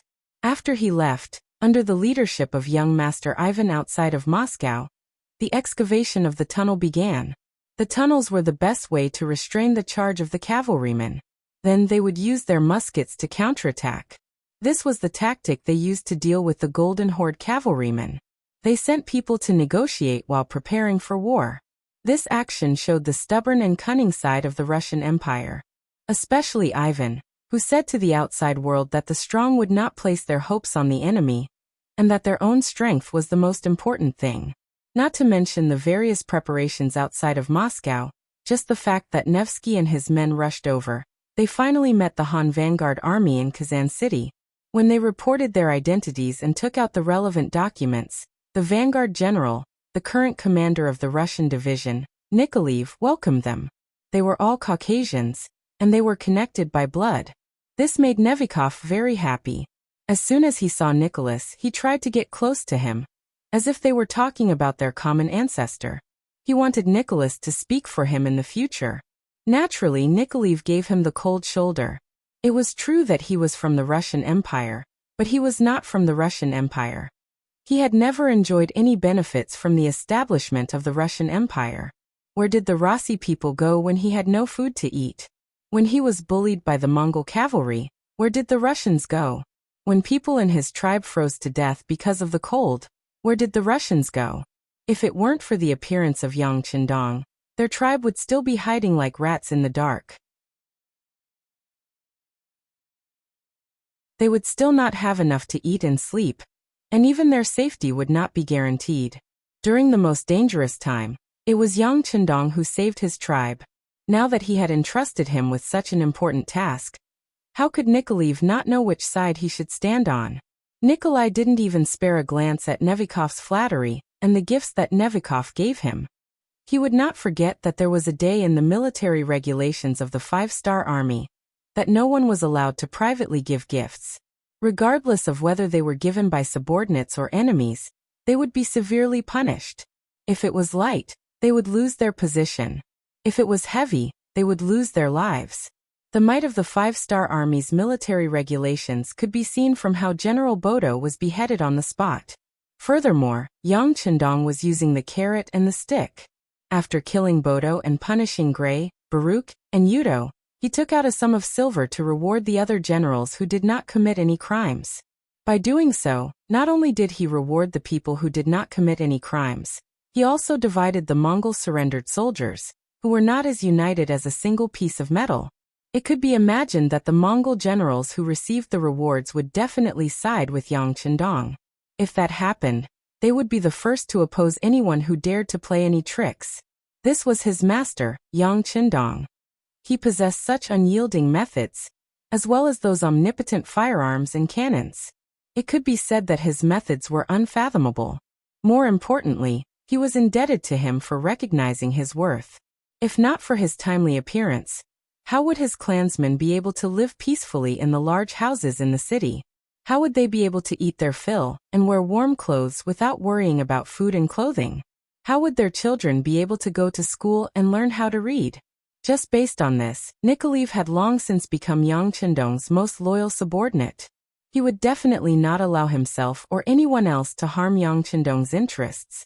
With such a firm will, Nikolaev's actions were destined to not receive any response.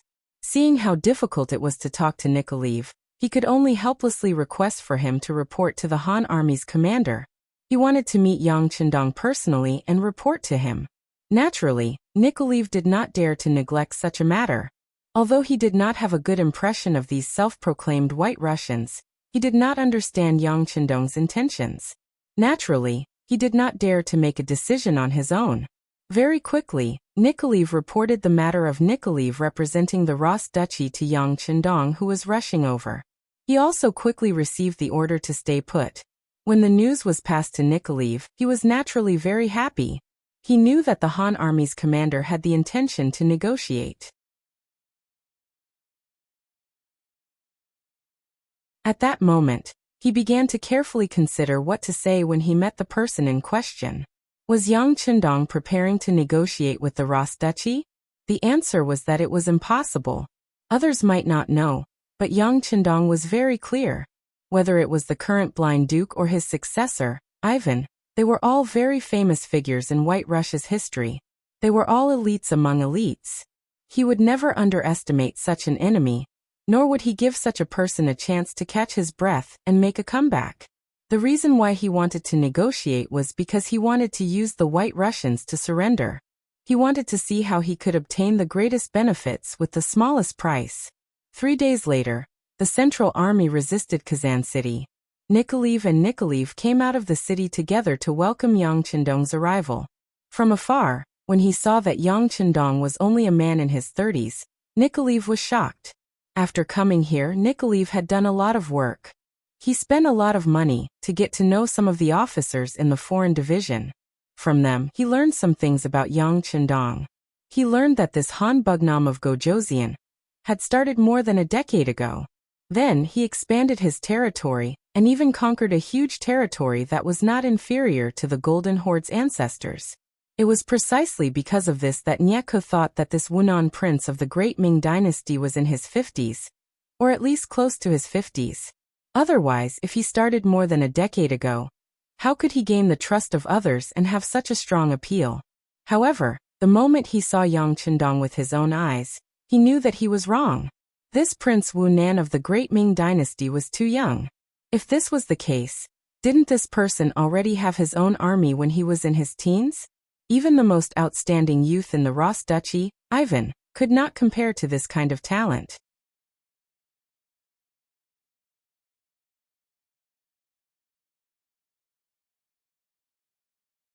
Chapter 1468.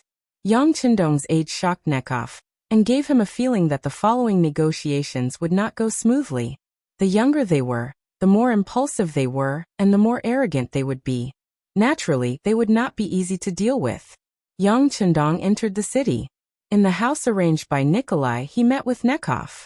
Nekov was more than 50 years old, and he was also a noble in the White Russia. He was also the representative of the capitulation faction in the country. Both sides met in the main hall. Yang Chendong was accompanied by Beta Persei and Shibi.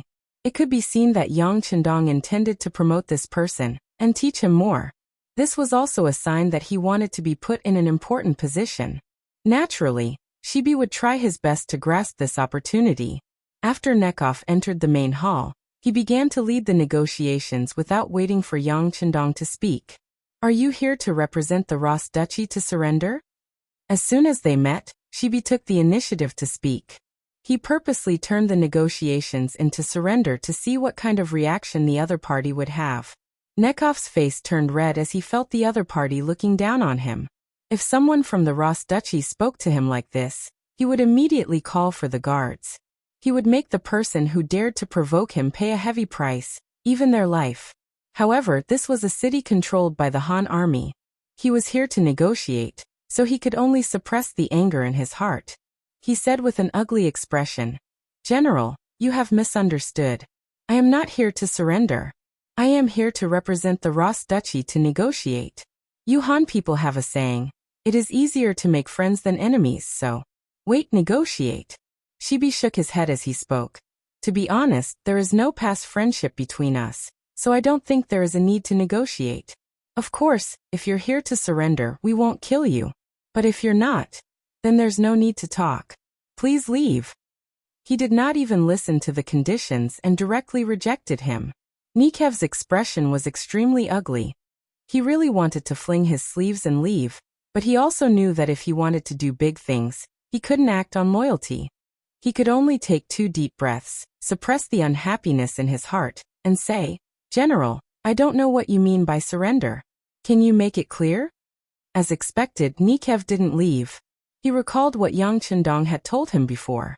Later on, he just had to say whatever was unpleasant to hear. The other party definitely wouldn't be provoked. At that time, he still couldn't believe it, but reality slapped him in the face. He truly admired Yang Chendong. This was a case of weak countries having no diplomacy.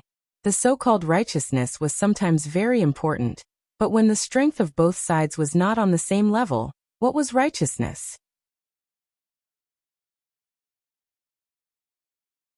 Don't you hear that the winner is king and the loser is nothing? Nikev's power was weak, and Xiaobi naturally became stronger. And surrender?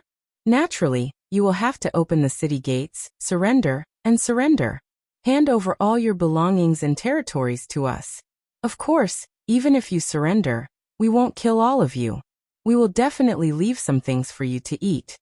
Xiaobi simply stated his intentions, and then shut his mouth. He really wanted to see how Nikev would react. While he was still waiting for Xiaobi to continue, Nikev suddenly believed his words. At that moment, he realized that Xiaobi had finished speaking. He couldn't help but widen his eyes and ask, "That's it? And it's over?" Xiaobi said with an expression as if it was natural. After hearing Xiaobi's affirmative answer, Nikev's face turned red with anger. "May I ask, what's the difference between this surrender and a battle to the death?" "Of course there's a difference. If you lose a battle to the death, you will be beheaded. If you surrender, at least you can live, right?" Xiaobi said with an expression as if he didn't want to die. Looking at Xiaobi's serious expression, Nikev finally understood that Xiaobi didn't have any intention of negotiating. In other words, Xiaobi was just going with the flow. Since that was the case, there was no need for him to stay. He cupped his hands and imitated the Han's gesture. After bidding farewell, he turned around and prepared to leave. At that moment, Yang Chendong, who had been watching the show, opened his mouth. "Nikev, right?" As soon as he spoke in fluent Russian, Nekov, who was about to leave, stopped in his tracks. His heart was filled with joy. It seems that the other party was just testing me. Now that he saw that I was about to leave, he became anxious. There was still room for negotiation. Although he was delighted, he pretended to be angry. He turned around and cupped his hands towards Yang Chendong. "Yes, Your Highness Bugnam of Gojoseon. To be honest, your subordinate is too reckless. Enough." Without waiting for Nikev to continue, Yang Chendong interrupted him. Then he used an unquestionable Chinese and said, "Remember, Commander Xiaobi's words represent my meaning. There are only 2 paths for your Rossi country to take. Either you are destroyed by us, or you surrender. As for the so-called peace talks, that is simply impossible. The only difference is that the first path is death, while the second path is survival." When Yang Chendong said this with an unquestionable tone, he saw Nikev's shocked expression. Nikev must be thinking, "If that's the case, why did you stop me? Do you want to repeat what you just said?" Seeing the doubt in Nevikov's heart, Yang Chendong continued without waiting for him to ask. "Since you have the guts to come and talk to this king about peace, this king will give you a chance. If there comes a day when your Ross Empire is unable to withstand this king's army, you will still have a chance to negotiate. Furthermore, at that time, I can leave you with 10% of your wealth and allow you to move out. At that time, you can choose any place in this king's territory to continue living. This way, your family clan will be able to survive. But remember, there are conditions. I want the lives of the blind Duke and Ivan. If you can't see them, even if you surrender, you can only guarantee that you won't die. You won't have any wealth, and your family won't be able to survive." After saying all this in one breath, Yang Chendong waved his hand and said, "Okay, you can leave now." Nikev walked out of the main hall in a daze. When he returned to his temporary residence, his emotions slowly stabilized. Then a smile appeared on his face. No matter what, this diplomatic mission was fruitful. At least he had an extra choice compared to others. As for whether he needed to do so, It would depend on the development of the situation. If the Russian army won, then it would be better if this matter never happened. On the other hand, if the Han army won, then he could make a choice. At least he could ensure the safety of his family. Wasn't this what he was after? In the main hall, after Nikev left, she looked at Yang Chendong with a doubtful gaze. You don't understand? Or do you think that what I said just now was meaningless? Shibi nodded without concealing his inner thoughts. Sigh, the human heart. Yang Chendong sighed heavily. Just now, I only planted a seed of hope in Nikev's heart. It might not seem useful now, but when it came to a critical moment, the effect it would have would be astonishing. Why don't you wait and see, ha. Yang Chendong laughed confidently.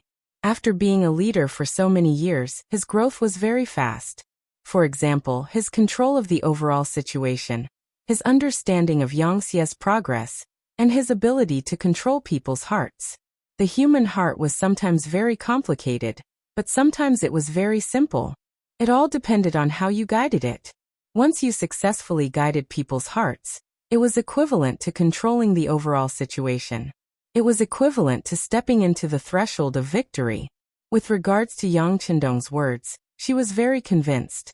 When he heard this, he decided to wait and see. He wanted to see if Nikev, who left after being humiliated, would really deliver the heads of those two important people to him when the situation turned bad, as the sixth young master said. Moscow City. Nikev had returned. When Ivan received the news, he was digging trenches outside the city gates. His intention was very simple. He wanted to use these things to delay the Han cavalry's attack. This way, as long as they could drag it out until winter, the cold weather would become a helper and cause the Han army to retreat. This way, they would have more time to catch their breath. In the long run, they would be able to wear down the enemy's morale and obtain the final victory. Father-in-law wants to have a meeting and wants me to go. Ivan jumped out of a trench and looked at the soldier who came to pass on the message. Yes, Lord Nikev has returned. He said that he brought the latest news. The soldier said with a serious face.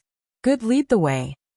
Ivan clapped his hands, and after removing the black mud on them, he strode forward. As he walked, he thought this time, no matter what conditions Nikev used to force the Han army to retreat, he would not admit it. He would not accept any form of compensation for the ceasefire. He wanted to use his own strength to force the Han army to retreat. This was what a true man should do. Ivan, who already had his own ideas, was led to the main hall by the soldier. Here, the civil and military officials were already lined up on both sides. When Ivan entered, he noticed that everyone's expression was not too good. He guessed that the Han army's conditions were very harsh. This is also good. We can only fight to the death.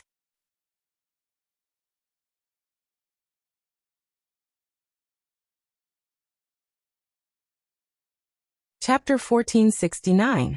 Ivan, who had a heroic plot and also wanted to be a hero, thought so as he walked to his seat and stood still. About a quarter of an hour later, a few more ministers walked into the hall, followed by the Grand Duke of Blindness. Since everyone is here, let's hear what Nikowski has to say. Cough. Nikowski coughed, attracting everyone's attention. His expression was somewhat ugly as he said what he was willing to say. As for what Yang Chendong said, he naturally hid it in his heart. That was one of his life-saving treasures, so he would not easily show it to others. After Nekov finished his words, everyone in the hall became silent. No one thought that this would be the result. If they didn't surrender, they would die. Even peace talks were rejected. Did this mean that the Han army was too arrogant? Or did they have enough confidence to defeat the Ross Empire? Ha ha ha ha. In the silence, a burst of laughter came from Ivan's mouth, attracting everyone's attention. Ivan, who had been laughing for a few times, finally stopped when he saw that everyone's attention was focused on him. He said, "All right, can everyone give up now? Who still wants to talk about peace with the Han army?" At the end, Ivan's voice was close to a roar. He was clearly very angry. None of the officials said anything about this. Just as Ivan said, if peace talks failed, then they could only fight. Everyone had the same idea. Okay, since it's like this, we don't need to have any illusions. Although the Han army is very strong and can destroy a behemoth like the Golden Horde, we are not to be trifled with. Young Master has already dug trenches outside the city, which can effectively stop the Han army's charge. As long as we can hold out until winter arrives, the other side will inevitably withdraw their troops. If we do this repeatedly, with our advantage as the host, we can exhaust their spirit. At that time, we can decide whether to negotiate or fight. The blind duke finally spoke. This was the final decision. No one objected to this. Even those who wanted to surrender could only place their hopes on the army and hope that they could stop the Han army's attack. Since everyone had the same thoughts, the following matters were much easier to handle. Under the leadership and appointment of the Grand Duke of Blindness, Ivan, Boris, Peter, and Sergei respectively received the mission of guarding the 4 city gates. There were 100,000 soldiers originally prepared to assist the Golden Horde. Together with the 100,000 soldiers in the city, there were a total of 200,000 men under the command of 4 people, each with 50,000 generals. At the same time, the blind duke used his identity as the Duke of the Rossi Duchies to call out to the nearby powers, inviting them to help the king and deal with the Han army together. It was estimated that there were about 100,000 soldiers in this army. In this way, there were 300,000 soldiers defending Moscow. Even when facing the claws of the Golden Horde in the past, the Ross Empire had never treated them so formally. From this, it could be seen that they already regarded the Han army as their strongest enemy. After receiving the mission, the 4 great generals quickly started the work of digging trenches. This time, they were determined to defend the city to the death. They dug trenches everywhere, surrounding the entire city of Moscow and extending for more than 10 miles. It could be imagined that if the Han army appeared here, just filling up the road would be a big project. However, by doing this, they had also blocked their own way out. However, they did not care because they had already transferred all the food they could use into the city. It was not an exaggeration to say that they could hold on for 3 to 5 years. They did not believe that the Han army would be able to surround them for 3 to 5 years. If that was the case, then the cost of transporting grain and fodder would be an astronomical figure.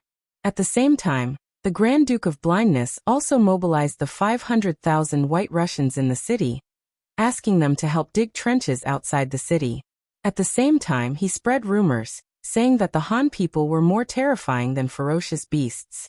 It seemed that once they broke through the city, everyone would face a dead end. After mobilizing the people, the trenches outside the city were pushed even faster. Some places were even more than 10 meters deep. Not to mention horses, even people could not pass through. Moscow was forcefully turned into an independent kingdom. The people inside could not come out, and the people outside could not go in. Finally, 10 days later, cavalry could be seen roaming outside the city. They were the scouts sent out by the 5-star army. However, they could only roam around for more than 10 miles. Countless large and deep holes blocked their path. On the city walls, the various officials and nobles used the 1,000 miles that they had obtained from the west. When they saw the scene of the Han cavalry roaming outside the city, they could not help but laugh. At this moment, it seemed like they were already the victors. The scene outside the city of Moscow was quickly reported to Yang Chendong, who was rushing here by the scouts. When he heard that the enemy had dug countless trenches outside the city, and that some were even more than 10 meters deep, Yang Chendong was shocked. Are they looking for death? Yang Chendong sighed and could not help but laugh. Originally, Yang Chendong thought that the enemy also had cannons and guns. Although they were not as powerful as the Cold Front, they were still a threat. For this reason, Yang Chendong had arranged for Gray and the others to form a suicide squad. However, he never expected that the enemy would not use firearms and instead use trench tactics. That's right, they could indeed stop the advance of the 5-star army. However, while they could defend the ground, what about the air? How would they defend against their hot air balloons? At that time, countless bags of explosives would fall from the sky. They would not even be able to escape from the city. Wouldn't that be seeking death? Yang Chendong did not know who gave the idea to the Russian Empire. They would not die if they did not seek death. As such, Yang Chendong was not anxious. Since the enemy had already surrounded him, why would he be afraid of them escaping? Yang Chendong's face was filled with confidence. Orders. Take advantage of the fact that the soldiers in Moscow are unable to leave the city to deal with the White Russian soldiers on the outskirts. We will rendezvous with the 1st Sky Cavalry Legion outside Moscow. He was most worried that the enemy would escape before he arrived. If that happened, it would be a long process to find them. Now he could finally rest assured and clean up the trash on the outskirts. This time, he would definitely destroy the Russian Empire. After the order was given, other than a portion of the army that continued to rush out of Moscow, the rest of the cavalry started to attack the nearby cities and tribes of the Russian Empire. Intelligence agents had long since reported that there were at least 100,000 White Russian soldiers in these small cities and tribes. This was a bone that needed to be gnawed on. Rostov City could be said to be the most powerful existence among them. Rostov City had a population of 300,000 and an army of 40,000. It was an existence second only to Moscow among the Russian Empire. The person in charge of this place was a noble from the Russian Empire, General Korbsky. According to the information, this person was skilled in both civil and military matters. He was a difficult opponent. In the past, the Golden Horde had suffered many losses at his hands. This person was proficient in using firearms and had a strong learning ability. He was on par with Moscow, and this gave the Golden Horde a huge headache. That's it. Order Gray to lead the death squad to attack Rostov City. Also call Ba Daojiang over. Yang Chendong already had an idea in his mind as he gave the order. 6 days later, 50,000 soldiers from the 5-star army arrived 8 miles away from Rostov City. They quickly formed an encirclement and surrounded the entire city. They looked like they were ready to attack at any time. Rostov City's 4 gates were already tightly shut. Although they didn't dig countless trenches outside the city like Moscow, the hundreds of cannons erected on the city walls proved their determination to fight to the death. Knowing that this was a tough nut to crack, the 5-star army sent Xiao Chao, the 1st Division commander of the new 2nd Army, Chai Ji, and the death squad's generals Gray, Berry, and Yutu. There was also Ba Daojiang, who was personally sent by Yang Chendong to supervise the army. According to Yang Chendong, Ba Daojiang was here to boost everyone's morale and record everyone's performance. With such a person around, no matter who made a contribution, his name would appear in Yang Chendong's ears and reach the heavens. Everyone was quite happy with Ba Daojiang's arrival. After all, someone needed to spread the news of one's achievements. He was like a historian who could encourage people to do things seriously without worrying about their good deeds not being known by others. Gray was the most excited among them. He even took the initiative to invite Ba Daojiang for a drink to build their relationship. Gray had made a mistake and was sent to be the general of the death squad. This news had already spread among the surrendered Mongolian soldiers. However, because Yang Chendong didn't leave any traces behind, no one discovered his intentions.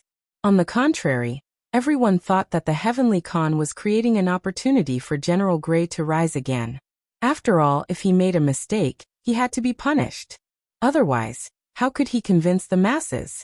As for being the general of the death squad, he wasn't an ordinary soldier. There wasn't any danger. He just had to go through the motions. When he returned, he would naturally be rewarded with merits and could return to his previous status. Even Gray had the same thoughts as well. It was precisely because many people thought this way that no Mongolian general dared to cause trouble, even though a Huli had temporarily taken over his position. They were all waiting for General Gray's return. Everyone was kept in the dark, but some people who Yang Chendong trusted knew what was going on. Allowing soldiers to plunder was an unforgivable crime in the 5-star army. Even if you had made a great contribution, you shouldn't think of getting any benefits. Being expelled from the army was the lightest punishment. After doing this, Gray could indeed continue to serve in the army with the status of a general. This didn't make sense at all. You're tuning in to the Li Mei's Wuxia Whispers YouTube channel. We're so grateful for your support, and don't forget to subscribe to join us on this incredible journey through captivating stories. Your generosity through donations truly makes a world of difference. as it's the primary source of revenue that allows me to expand and enhance this channel for you. Thank you from the bottom of my heart for being a part of this adventure.